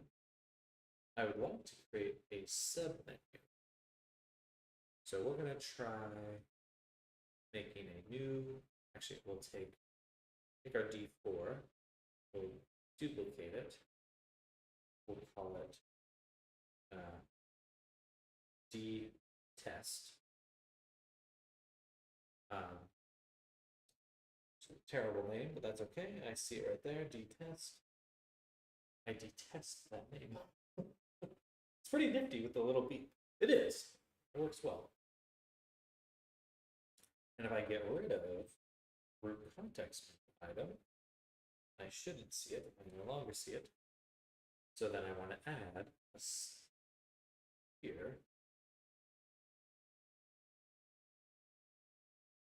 Items root.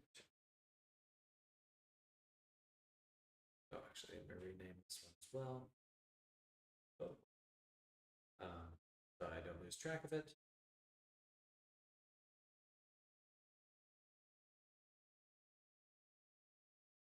D4, D test. So if I look at it now, I don't see any sort of menu. I don't see the D10, which I wouldn't expect to. In the context menu, submenu,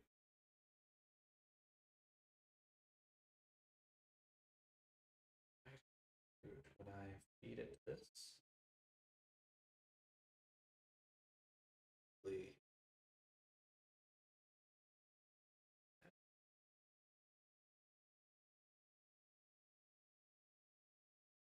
Doesn't seem.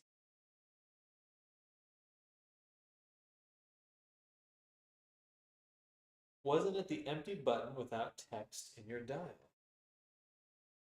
I don't think I had any. They all do have text.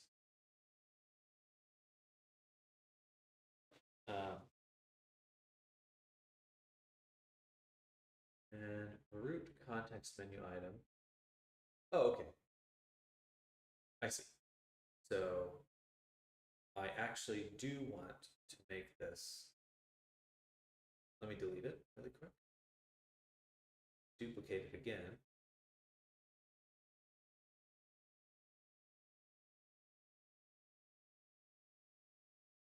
We'll change this to rad button dice root. This. Then I want to get rid of the dynamic impulse because it shouldn't fire anything when I do it. We want to call it dice.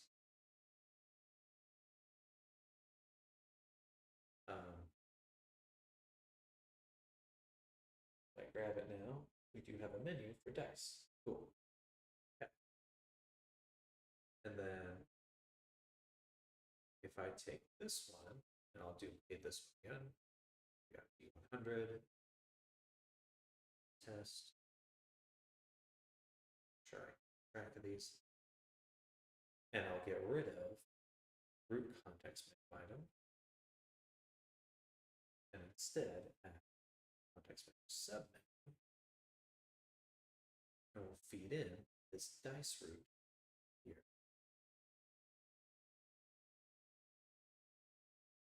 Here. Okay, it did work. Okay. Now, when I grab this, go to dice, nothing happens. And I don't have a duplicate though.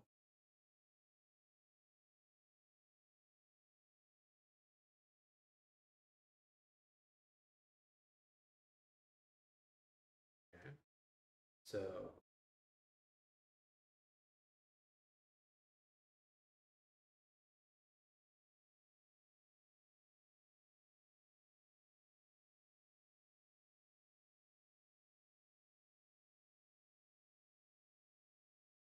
close menu on press. Context menu item source.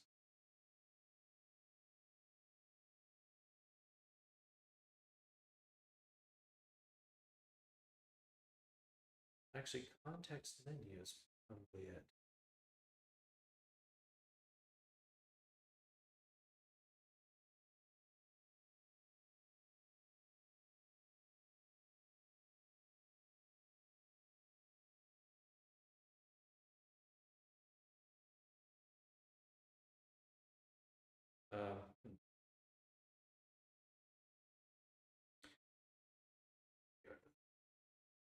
Intimidates me, so I will destroy it. Nice. Snap.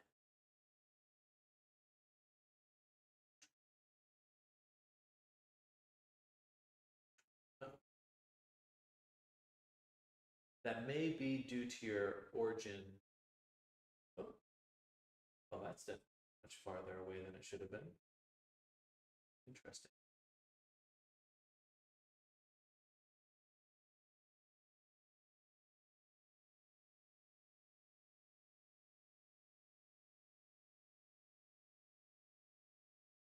Construction box.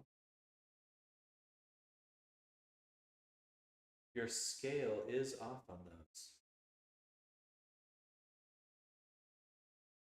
On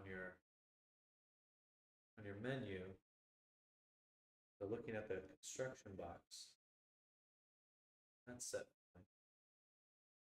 But if we look at the door wall here, it says scale 100, and there's rotation values there.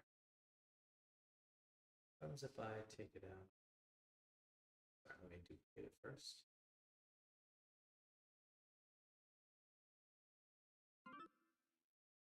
I imported in centimeters. Ah, gotcha. That would probably do it. You'll definitely want to make sure things stay in meters. The centimeters, I think, will scale like it did here. So that's fine. This one's way off, 0.01. Actually, if you pull them out, it should be fine. Remove that completely. And yeah, it actually is set to 1 if you remove it from the bottom. So I pulled this, I duplicated this collection, So this is the duplicate here. And then I just pulled this one out, just straight into the construction box. And that seemed to work fine. Delete that. And then deselect. Do you snap now? No, because you don't have grabbable.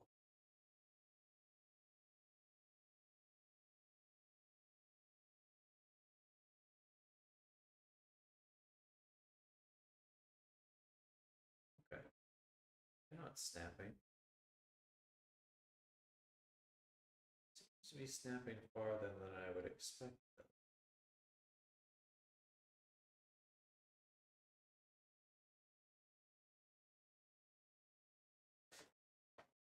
Oh, I'm sitting on the desk, I think what's going on is why it's behaving a little oddly is your origin is in the yeah, in the bottom corner. I think that's why it feels a little strange. Just because when we're moving it, we're kind of judging it off a center of mass, and so it feels a little just not quite what we'd expect. I mean, if I'm trying to pay, if I duplicate, if I know that, then it's fine. But oops, is it rotating?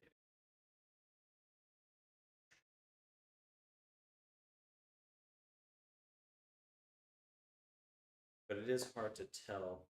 Hard for me to know which corner it's supposed to be.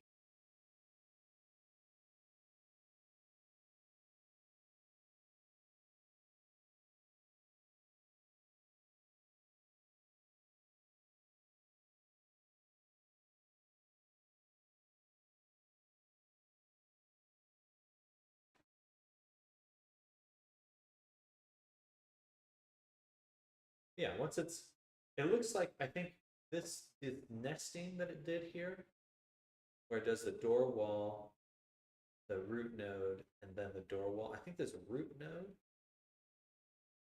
I'm pretty sure it added that because you imported as centimeters, because it's set to 0.01 here. So I think this object would not have been included unless it was set to centimeters, because this one's 100 scale. Anyway, not quite sure the organization here, if that came from you or from it, but I would recommend, I'll show what it does and import in meters. Gotcha, okay. Your little import window. Well, good. Hello, Thorn. Welcome. We're in Resonate. Well, everyone's welcome to come in. Wasn't it the empty button? Oh, when you just added. Okay, so let's look. Meters, run import. Very big. Very. Let's take a look at the inspector here. I selected it. I don't know. Oh, I am selected. It's just so big I can barely see that. Okay. So here the scale is 100. We have this structure. The grabbable. Right, so I'm going to delete that import really quick. I mean, it's okay for I'm going to delete that really quick. Go ahead and open the import menu again, and we'll take a look at the import settings together.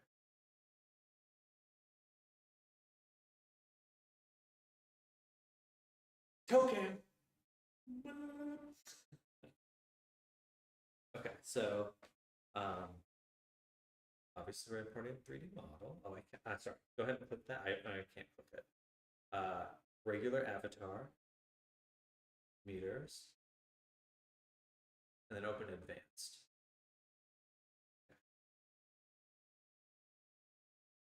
Scale.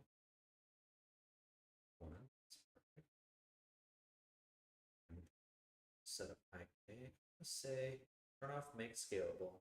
Turn off make grabbable. We do actually want it to be grabbed. I'm just interested to see what happens.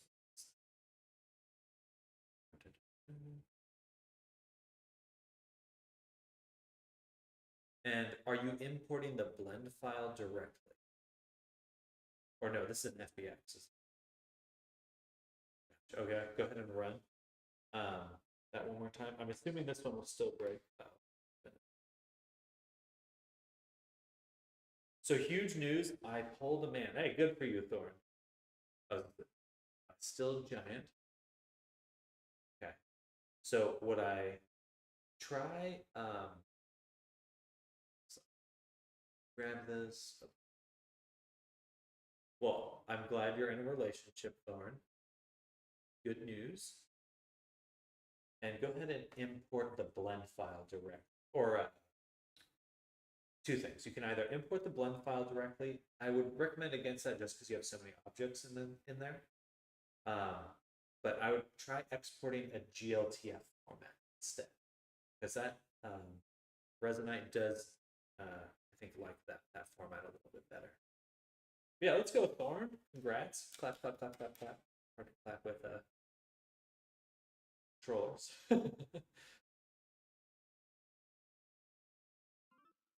Oh.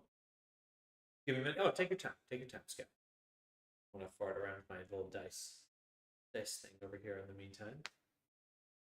And we made a dice fruit, which I call dice, and I see here, but I can't open it. And I was hoping that my new button would have been included in there. Context menu item source.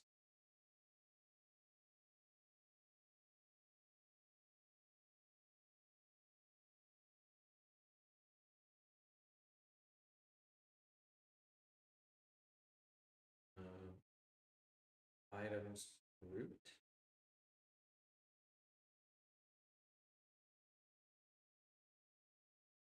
He's sporty and artsy at the same time. How powerful. I read you a poem.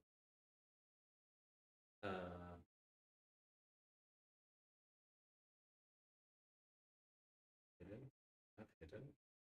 Update order. Labeled. New sub.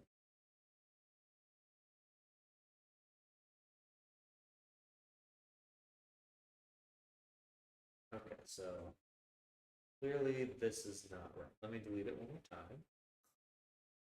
Duplicate it one more time. Root context menu.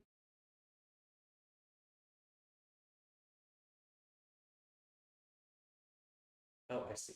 Okay. Root context menu, submenu, which we've created. But I don't want a root context menu item. I want a context menu item.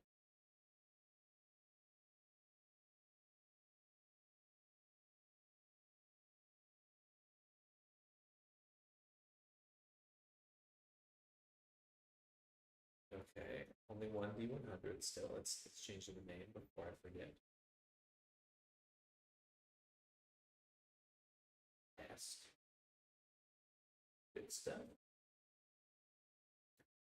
Now, when I made the root menu item, root context menu item, I gave it the item. Do I have to do that here too? I don't see an item option. Funny. It's the source context menu item source.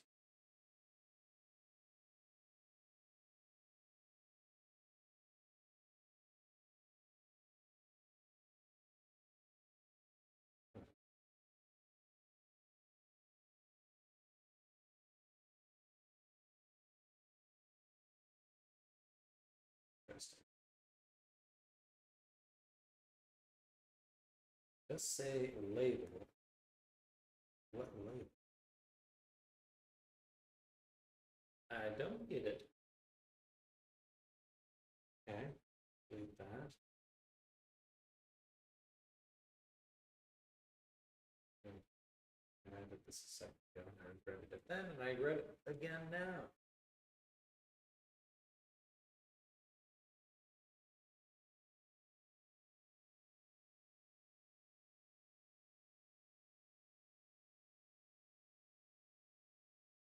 undo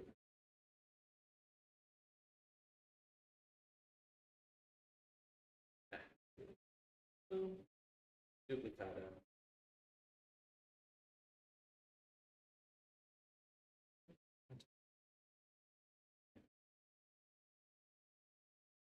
Context menu. What I want. This is what I want. What I want.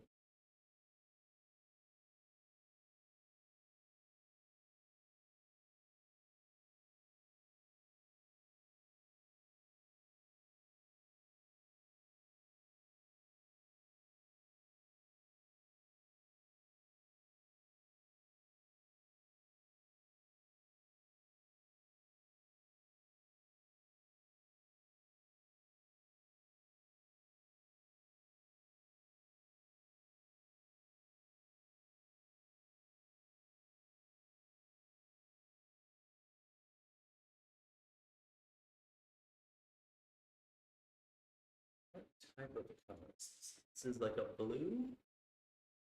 I don't see any other blue item. So clearly I can't assign it in the same way that I did. So, shit, I don't know what to do. Maybe...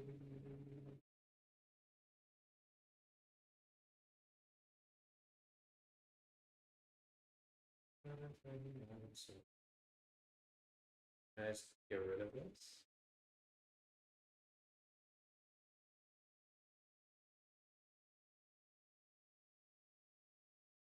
Will it automatically put those two together?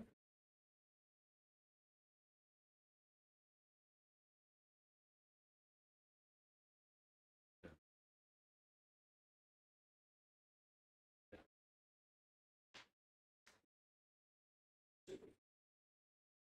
Hey, did that work, Sky? It looks like it's the right size. It's just in the floor.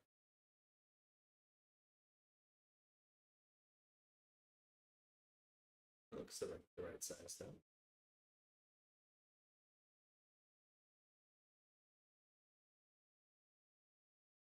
Yeah. Perfect. Yeah, that's what you want. Imported in meters. Perfect. Yeah, looking at the inspector here, the objects at basically that's one, and then the scale on the object also one. So that should be perfect. The only thing that's missing is oh no, we have grabbable, so you can grab it too. You just need to drop it in your snapping hierarchy, and you're good to go.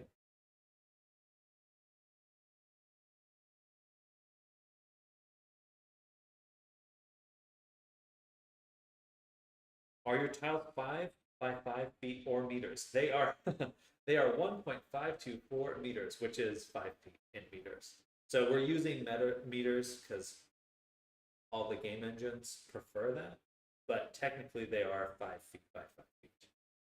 A little goofy, but how it is what it is.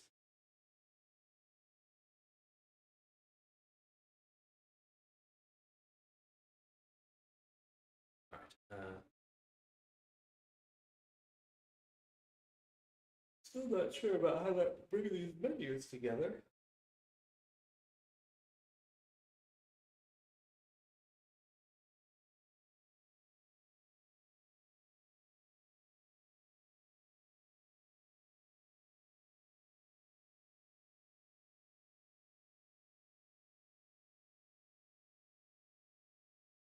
Rest.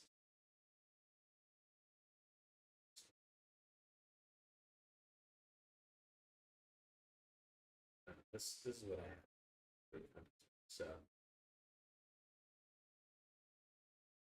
with the root context menu, I assign the item. Just wondering, in case I feel like making some blocks. Yeah, please do. Just everything's 1.524 on all dimensions. I would just recommend where you place the origin, it should either be in a corner or the center of the tile, whatever tile you.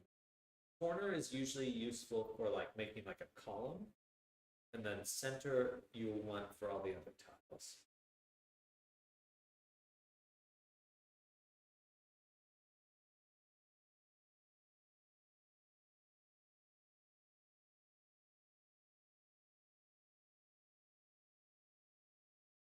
Oh, good again.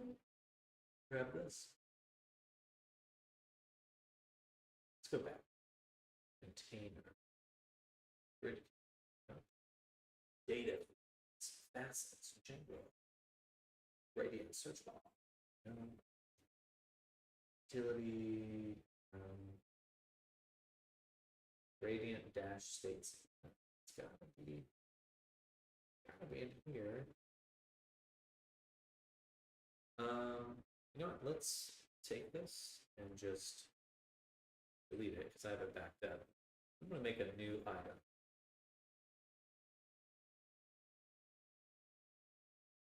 Empty. Well, I take the wait.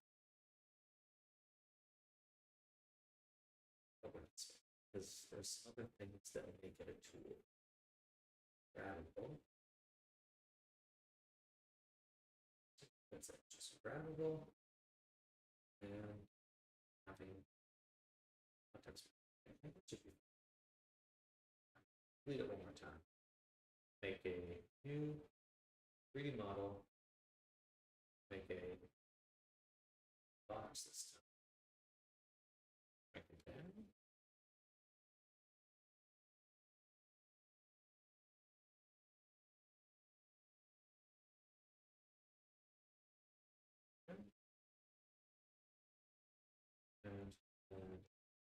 And open inspector, rotation, reset. It scales fine. I'm just going to make an object above it.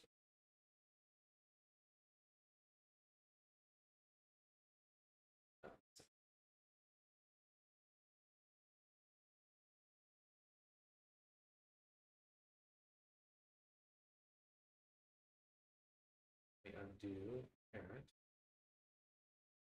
And we'll make a child object.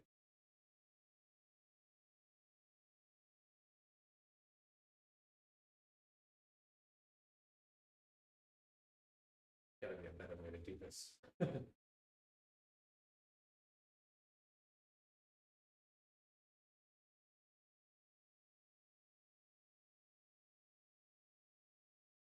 Whatever. I can grab it, I can move it. That's all I need right now. We're gonna make a child object. In here, we'll add our components for the menu.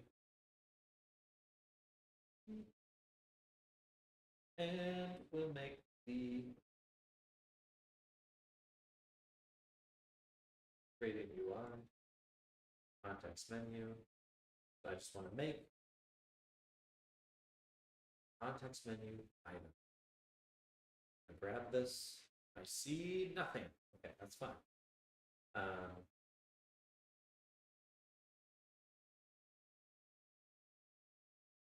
Because it needs a menu, and I don't have a menu yet.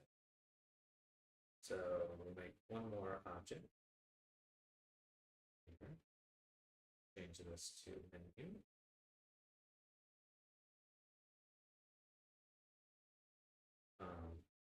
And add context. Okay. Now we have one, and I can give the menu to here. To here. There we go. Now, nothing. Okay. Feel like we're closer, but so annoying.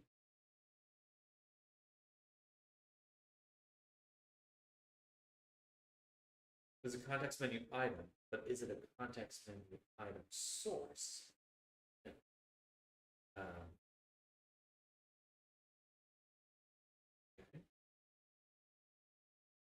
Can I feed this into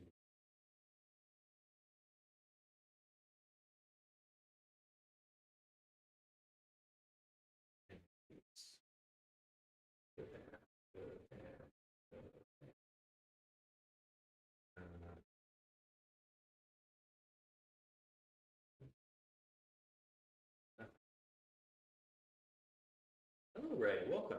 Is there any reason after editing my avatar in Blender, didn't touch any bones, then replacing the FBX file in Meet that nothing would render anymore? Uh, you may have exported with selected objects enabled, and you may not have had your mesh selected. So if you're exporting with selected objects, you may not have included the object you wanted to export.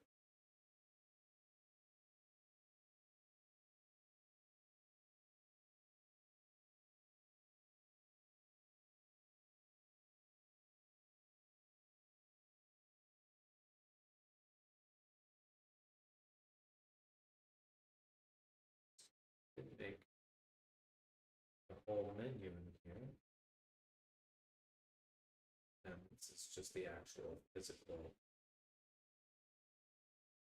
Oh, I'm gonna delete that because I don't think I wrote that. This moment, the work.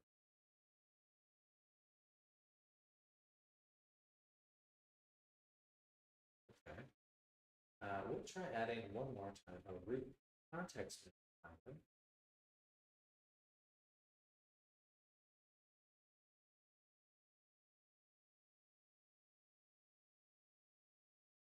That we feed this, and then we'll make a context menu submenu that we feed this.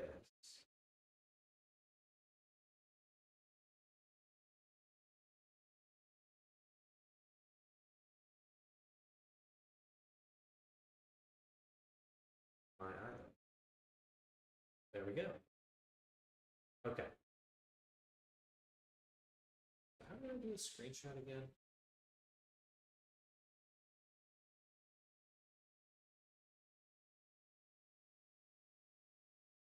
I'm gonna screenshot.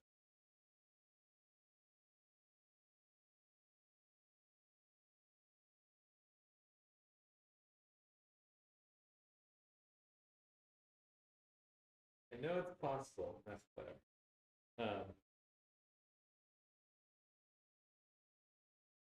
Okay. So now I can open a menu, and this context menu submenu is at the root. We're giving it my item. And now I want more buttons.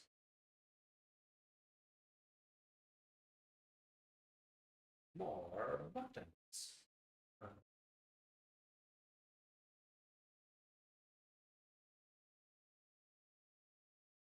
So this is getting fed in the root context menu. This is not doing anything. Now, if I do that again, I should still see it. Yes. So, do that one more time.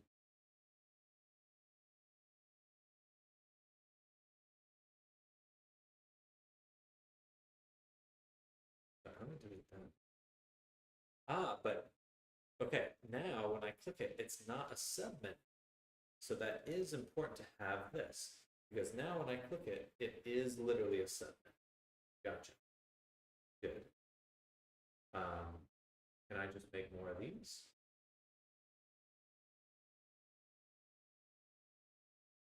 Oh, that's not what we want.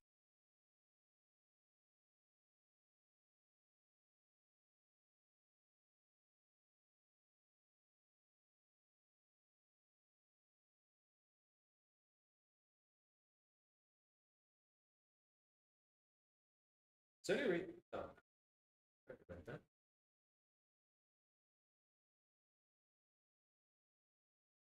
Close menu on press.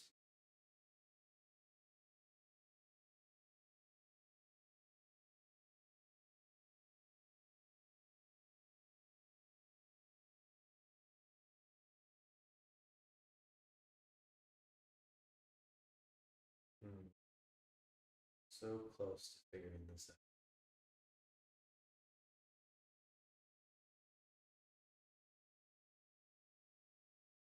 Get rid of this. So able to be gone. It is gone. Okay.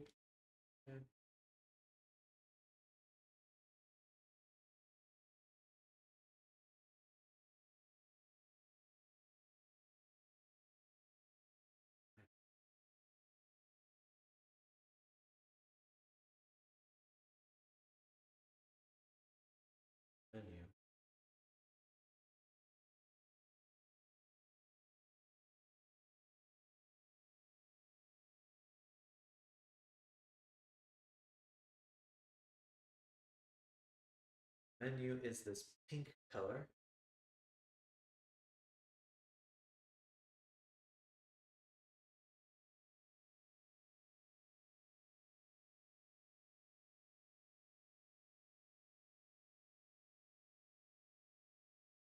I would like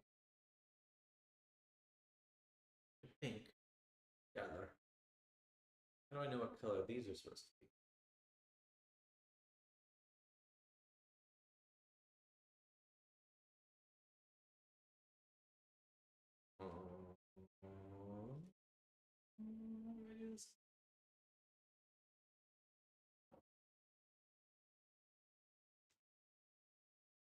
It's completely gone. So add this back. Still gone. Feedback. Okay. That didn't mess. Oh.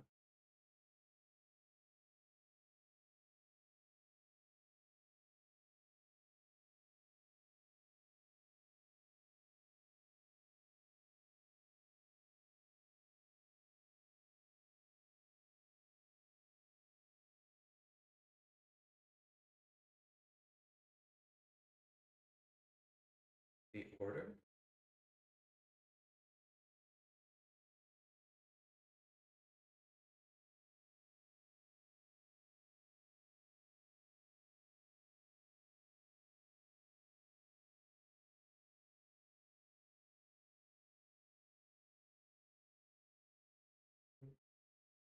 Be this.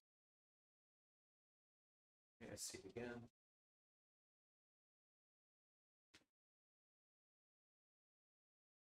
Make a new child.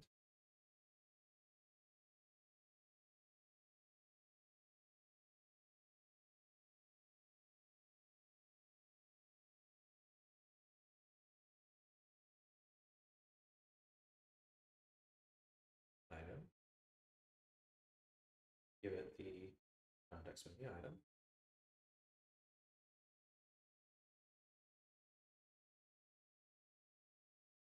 Change the name to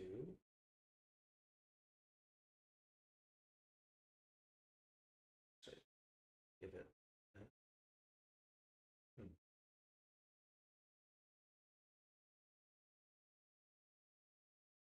interesting. Explain. Give it item. We made a submit. Perhaps I just need more of these.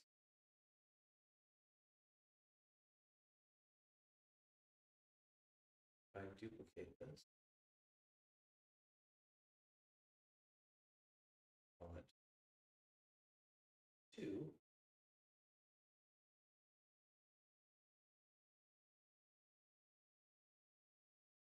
Just infinitely descending recursive menu. Unhelpful. Unhelpful. I don't want a recursive menu.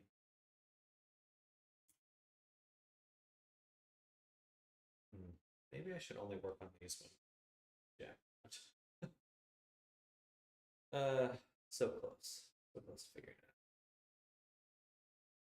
out. Actually, yeah, let's look at some let's look at the Wikipedia or the wiki right now. Show. Stand by this.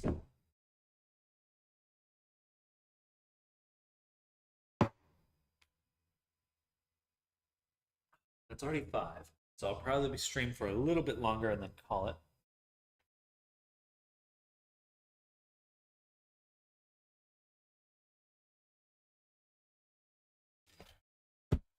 All right, so looking at Firefox, show me the Resonite wiki. We should also search Resonite menu, custom. Perfect. Let's watch this together. Let's watch this together. Hi. So today I'm going to show you how to make. We get something mismatched between the prefab and the FBX. If I drag the FBX to the scene, it shows up. So that most likely means that the prefab you are looking to update was unpacked.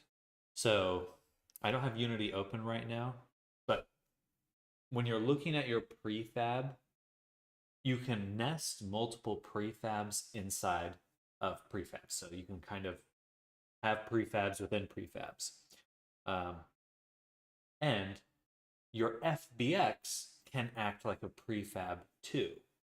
But if the FBX was unpacked, say, for example, you had your FBX and it had a shirt.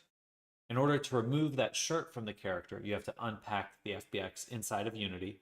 So you remove the blue status that you see on it, you delete the shirt, but now the moment you unpack your FBX file, that means that it will not update automatically. So it sounds like your FBX is working fine, but your prefab may have lost that connection because it got unpacked at some point. The context menu. It's pretty simple, so let's go. Over here, I already opened up an inspector, and I made a little Taurus, which is going to hold our context menu, as well as I made a little slot beneath it called root sub. Now this is going to stand for root menu, sub menu. The reason why is because if we want Typing from VR is so slow. It is very, very slow. Oh, sorry. Am I missing anything from Skyrim? Hey, well, look at the little house. I'm going in. I'm dying. Ah. I fell. Oop. Oh, the tower got moved. Sorry, Nammers. We moved your tower.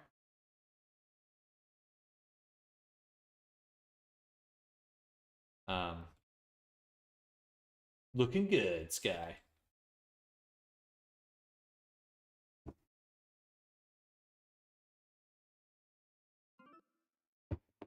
GLBA is good. It is good. It's not only a nicer format, it loads faster.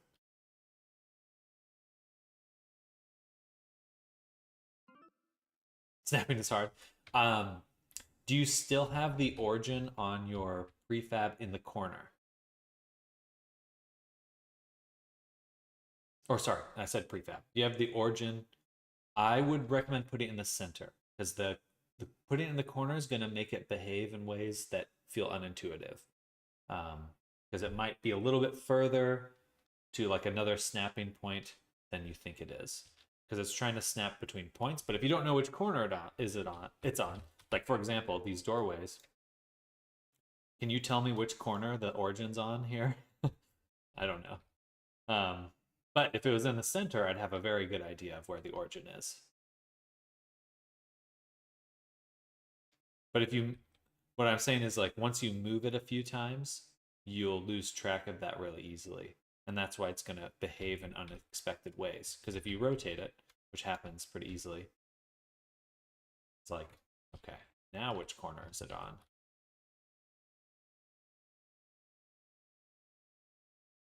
But that's just a guess, is what I'm saying. It's like, if you have it in the center, there's no guessing.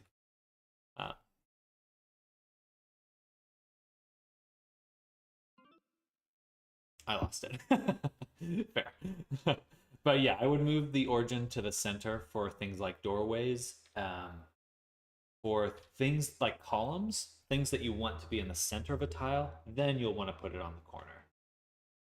I think. Something like that. Yeah. Anyway, that'd be my recommendation.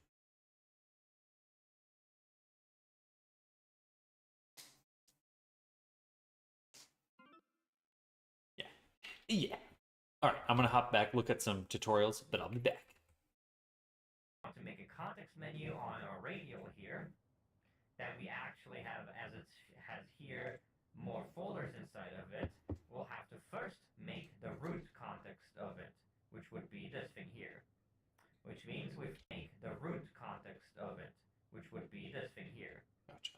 Which means we first go down here to Radiant UI, go to context menu, we add a root context menu item, add a root context menu sub-menu, which allows us to add more menus beneath it, Gotcha. and an item source. Okay. Which the source is what actually makes it appear. So if I grab simply, we need to first grab this here, click onto items root, and click onto item, which will assign the context menu item source into the item here, as well as it'll assign this folder here as the sub menu folder for any further context menu buttons. So we'll have to parent any further buttons to this slot here. If we were to Ah. make a separate folder, for example, call this here items, or no, let's just call it submenus, Can you guys not see the keyboard when I'm typing? and then we go back to root sub, grab submenus, and put this into the items root here. Now, if we were to make another slot here, Need to save those vids my world. That is a great idea. A fantastic idea.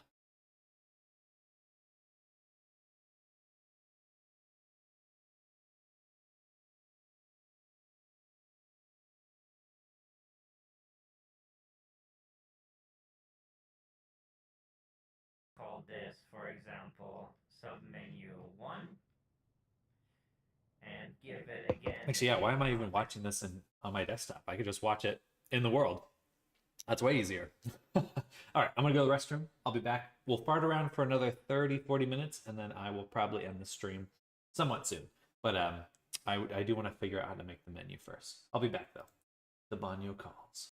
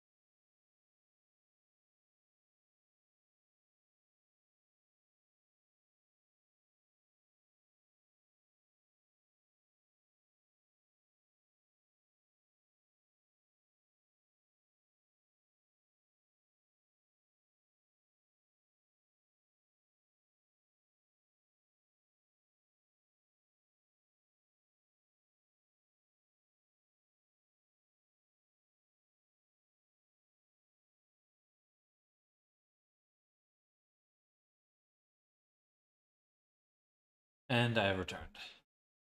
I was going to do something. Shit. I had an idea as I was coming back.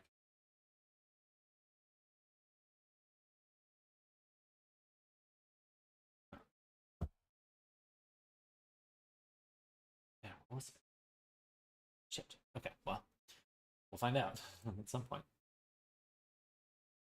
Oh, hey, thank you for the sub, Ultimate Future Sonic. Much appreciated. Maybe that's what it was. I think I heard the sound from the bathroom. Thank you for the sub. And hello, welcome. We're messing around in Resonite right now, and I'm about to hop back in. So let's go.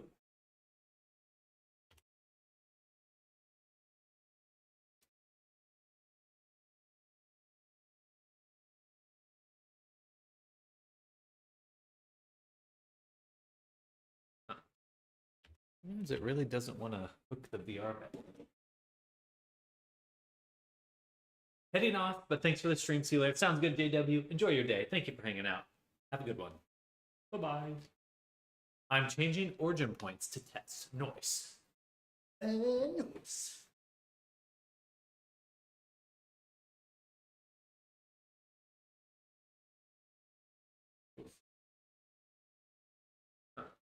Did my Resonite freeze?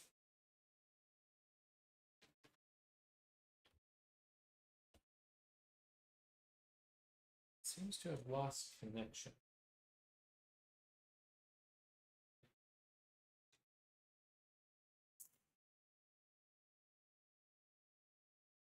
Okay, perfect. All right, come here, menu or tutorial.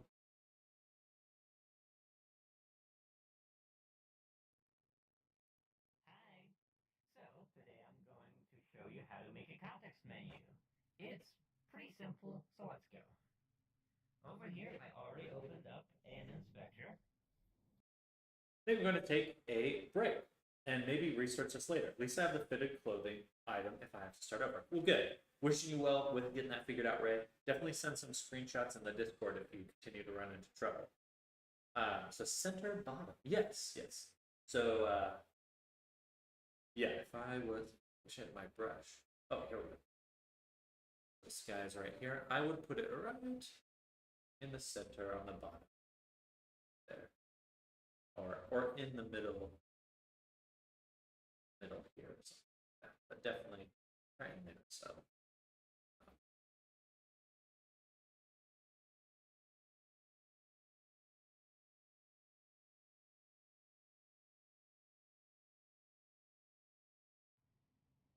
Next, in the submenu here, you need another slot here. Items, or no, let's just call it submenus. And then we go back to root side, go to context menu. We actually have, as it has here, more folders inside of it. We'll have to first make the root context of it, which would be this thing here. Which means we first go down here to Radiant UI, go to context menu. We add a root context menu item, add a root context menu submenu, which allows us to add more menus beneath it, and an item source, which the source is what actually makes it appear. So if I grab this now, nothing happens. Why? Well, simply, we need to first grab this here, click onto items root, and click onto item, which will assign the context menu there. Root. source into the item here. And we took that, dropped it into the context. Perfect. Oh, I didn't realize you joined it. Heck yeah. Well, welcome. Welcome to the Discord, Ray. And yeah, feel free to ask any questions and stuff. Definitely wishing you well with that issue. As well as it'll assign this folder here as the submenu folder for any further context menu buttons. So we'll have to parent any further buttons to this slot here.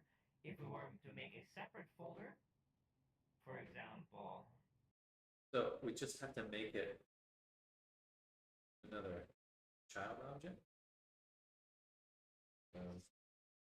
Now if I do this,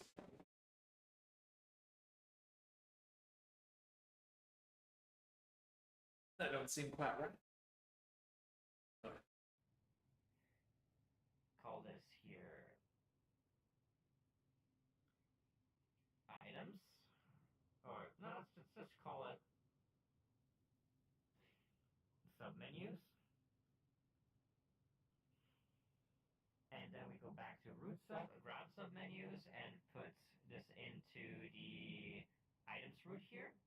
Now, if we were to make another slot here and call this, for example, submenu 1, and give it again a context menu item source, grab this here, open it, go into my item, you'll see we're now at my item, which is down here. However, I'm going to move this back into root sub and get rid of the submenus slot here and rewrite this back to root sub, and as you can see, it still works. This is exact same.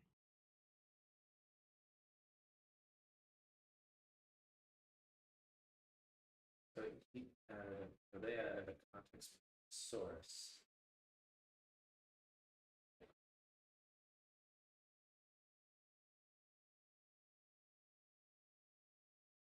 This basically just allows you to either have it all in one hierarchy neat,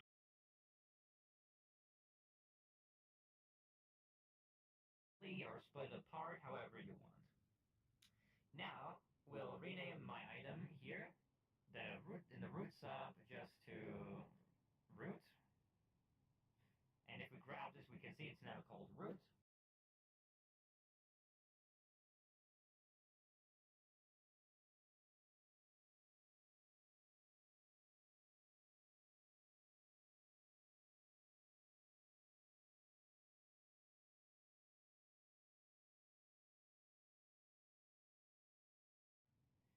And we'll make it purple. So now, just like my other button here, it is purple.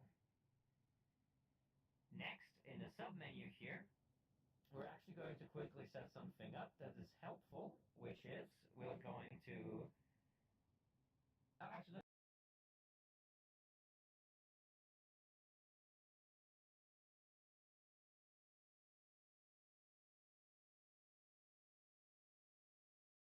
this is a submenu, so first we're going to just go back to Radiant UI, go back to context menu, and put in a submenu, grab the submenu 1 and put it back in here, and let's call this... Oh, gotcha. By telling it it's a submenu. toggles.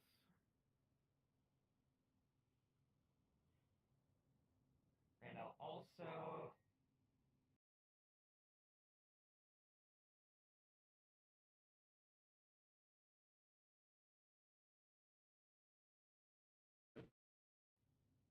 write this up here to be toggles. And we'll make this be cyan. What's done is change the label.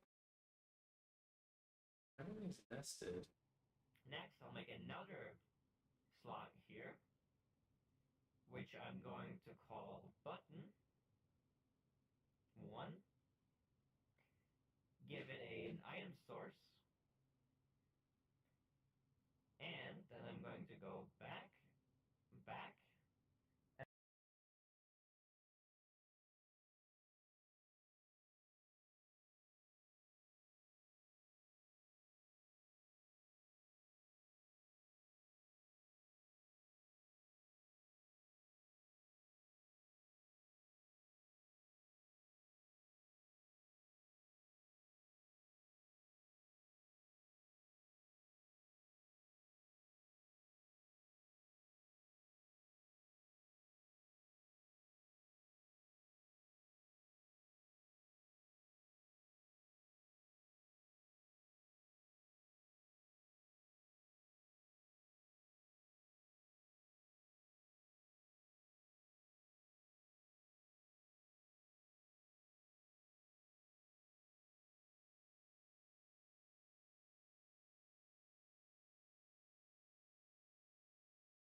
I'm going to give it a common UI, button interactions, button toggle.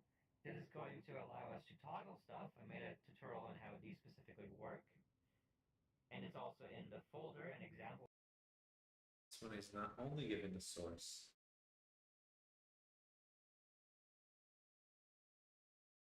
How they work. Then I'm going to also add a driver's value option description driver, which I also explained in the same video about button toggles. Now, if we go and add another option and quickly set this up so that it controls the label here, we can now actually make something very useful. We can go back to the root here, go to utility, and go to value text format driver. We then want... I still missed something very early on for it have, to not be working. has here the reason I made a little Taurus. So let's go. Over here, I already opened up an inspector, and I made a little Taurus, which is going to hold our context menu, as well as I made a little slot beneath it called root sub. Now this is going to stand for root menu, sub menu. The reason why is because if we want to make a context menu on our radial here, that we actually have, as it has here, more folders inside of it, we'll have to first make the root context of it, which would be this thing here. Which means we first go down here to Radiant UI, go to context menu, we add a root context menu item, add a root context menu sub menu, which allows us to add more menus beneath it. and an item source, which the source is what actually makes it appear. So if I grab this now, nothing happens. Why?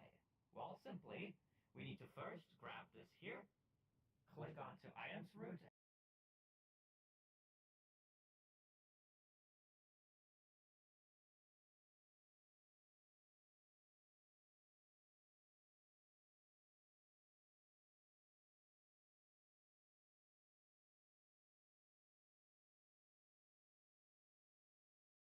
and click onto item, which will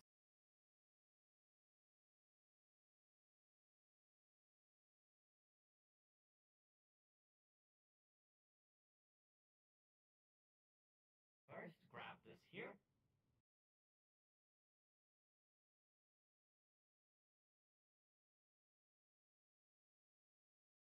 click onto items root,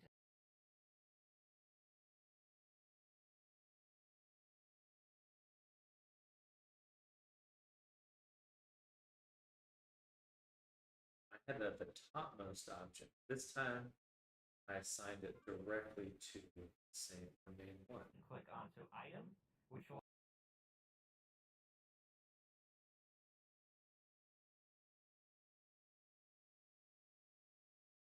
assign the context menu item source into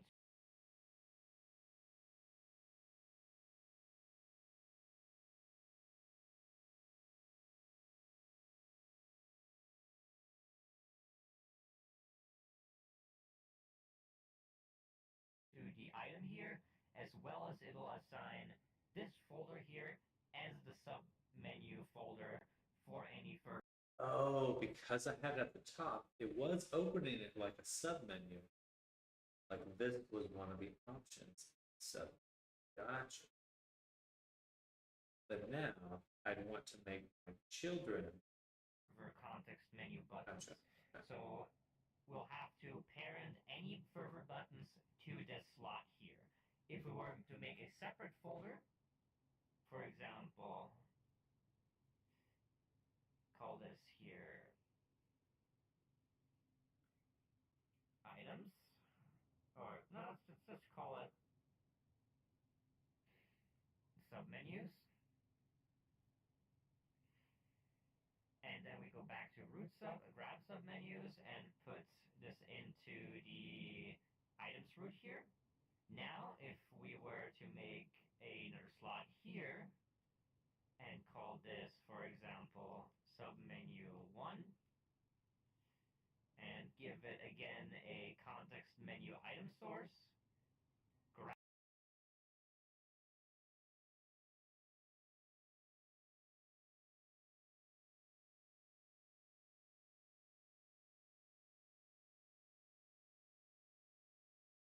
Gotcha.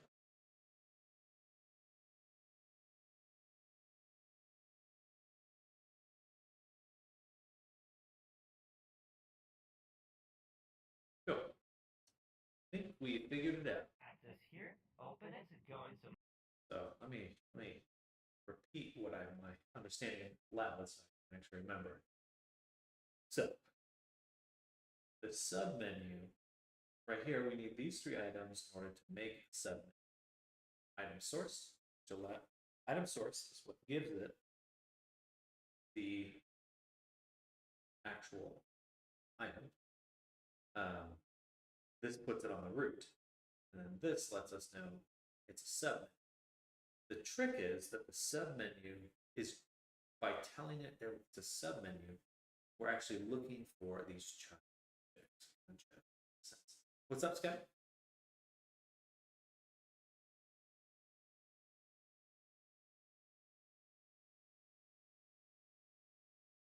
Dual type.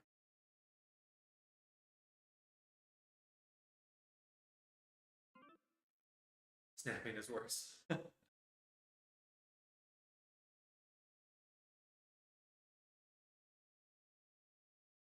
seemed to be snapping fine to me. Oh, maybe not.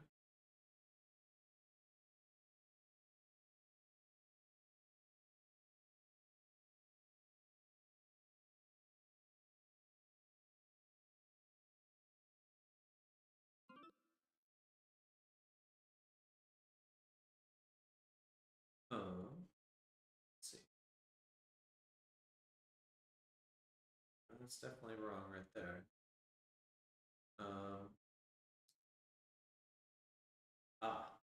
I think it's because your objects are parented. So looking at this here, we can see that this object, the rotation's fine, scaled, but it's inside here. The actual mesh is in there. So it's probably snapping both of them. I think what you'd want, let me just duplicate this one. And we'll take this guy here, drag him out, and make it graphical.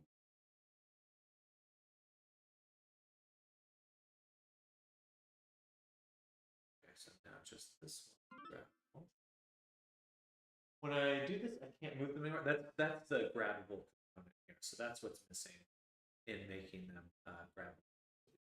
The parent object we had. Now we just have this one here, and I'm going to say, bring it to me. Sorry, I'm right on your head. And then we can. I think that's what it is. I think that's probably what's going on there. Is that it doesn't like having, oops, make the material dual-sided, but some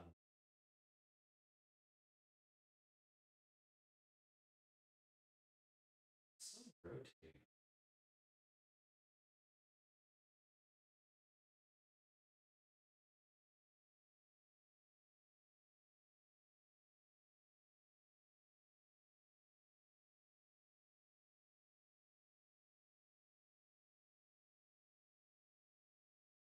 What I may recommend too is just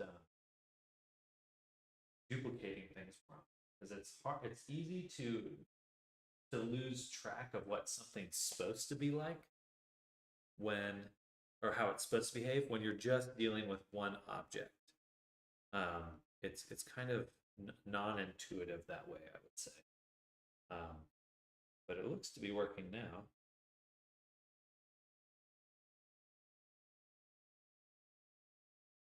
But yeah, I think there's two issues. First is that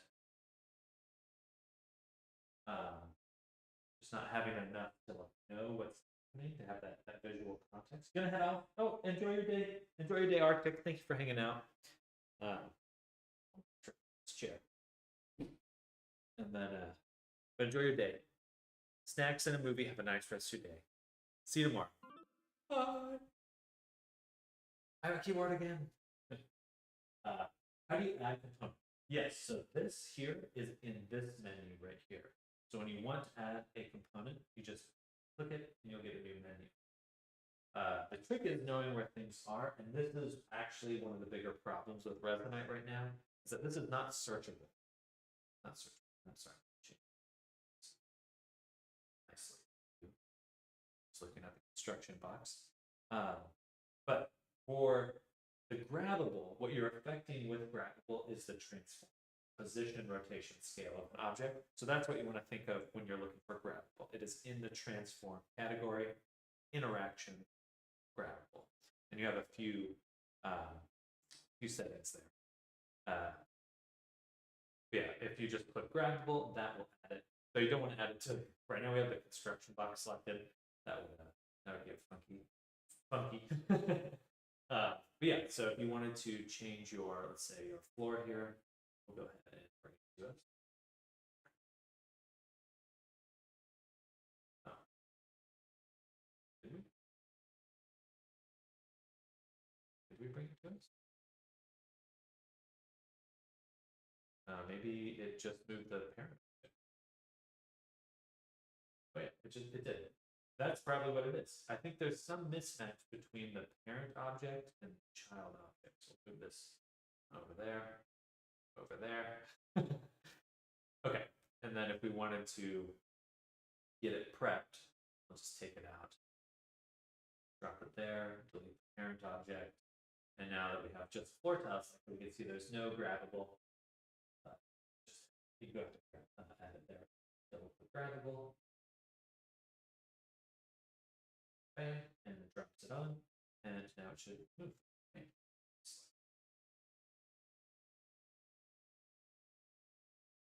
And yeah, I would recommend duplicating it too. Yeah, that already. And that way you'll see if it's working. It should be able to rotate them, snap them, all that jazz.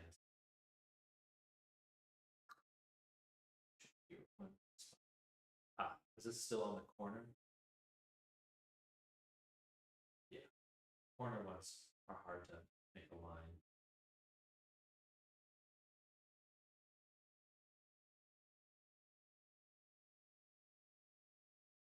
Middle. Create pivot at center. Oh, sure. Oh, that's not that one. Undo that. I can't undo that. False. All right. Oops. That was sorry, where'd your text go? Now, how do I not make it pass through? Okay, so that's there's two ways to do that. So then the first way is to, for the floor tiles, it's actually super easy. Again, we'll grab our components, bring this over here. And so the main thing you use colliders for is physics. So that's where you're going to find colliders in your physics category. For the floor tiles, I think you could just add a box collider. Bam. You can visualize it. That doesn't look right, so we're going to go ahead and say set local bounds. And look, now it's on there. In order to remove the visualization, we can double click a different one. Go back. Were you able to see that green box? When I clicked it, is it still there for you? Okay, so to see it, you would just click that button there. And you should be able to see it now. Oh, okay, yeah, I can see it too. Okay. Unfortunately, you can't click it again to get rid of it. Instead, you have to swap to something else and swap it. I don't know why that is, but now that should be fine. Yeah, it should. You still can walk into it. What's that again? Set the static. Oh, character play. There we go. Bonk. Yeah. And then let's say for the stairs though, the stairs are a little different.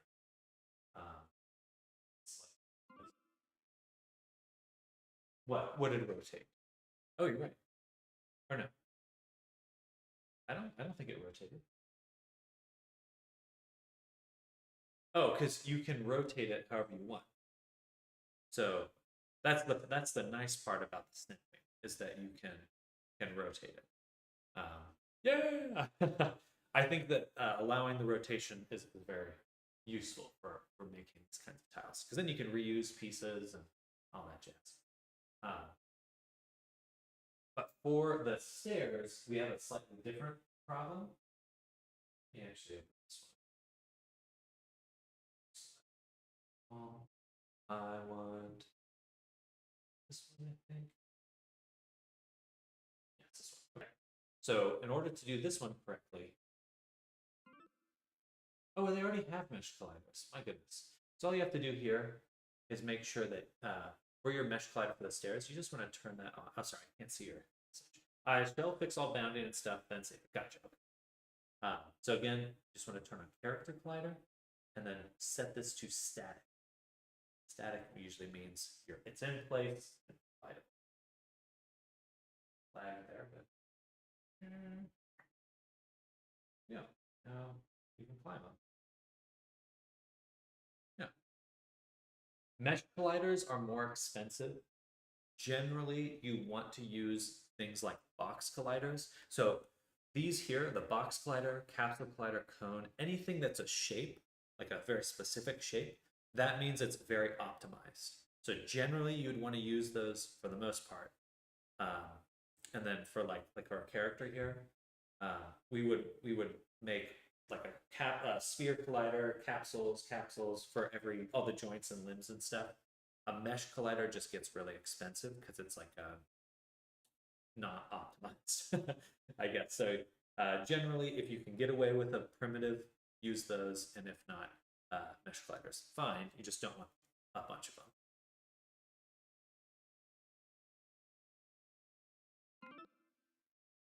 Gotcha. Yeah, perfect.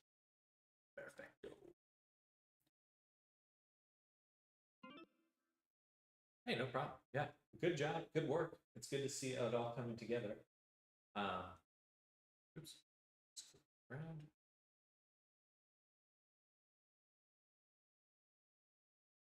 Put my tool away. There you go. Stairway to heaven. Though that one's not going to have collision, so you're going to fall.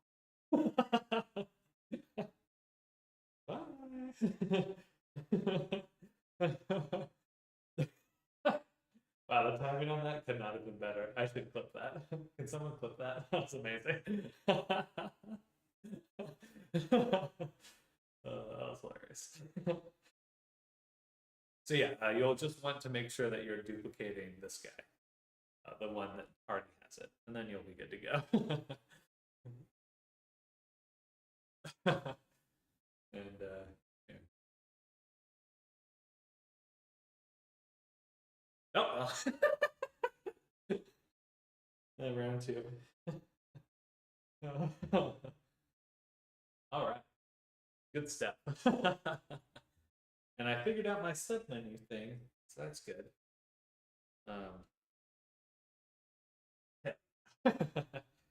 Submenu now has 1 and 2. That comes down to you have to literally make as child objects.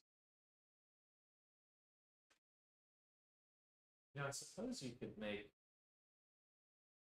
that different, but the need to is good.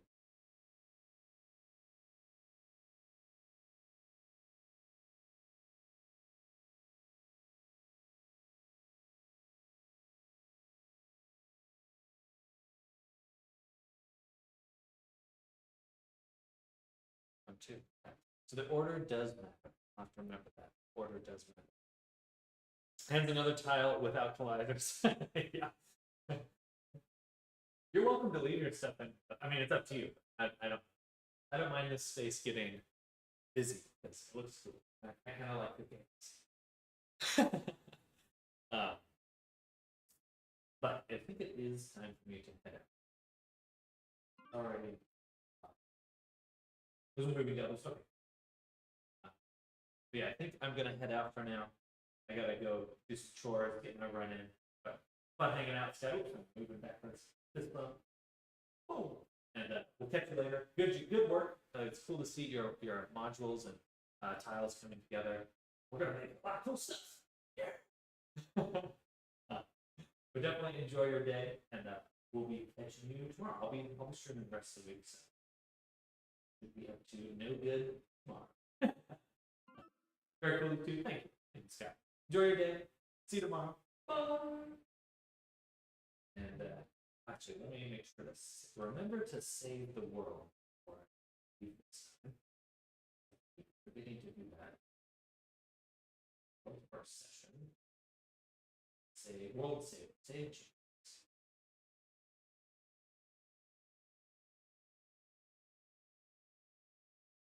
And okay, I'm gonna exit and go kick this guy. My apologies. Bye. They're already.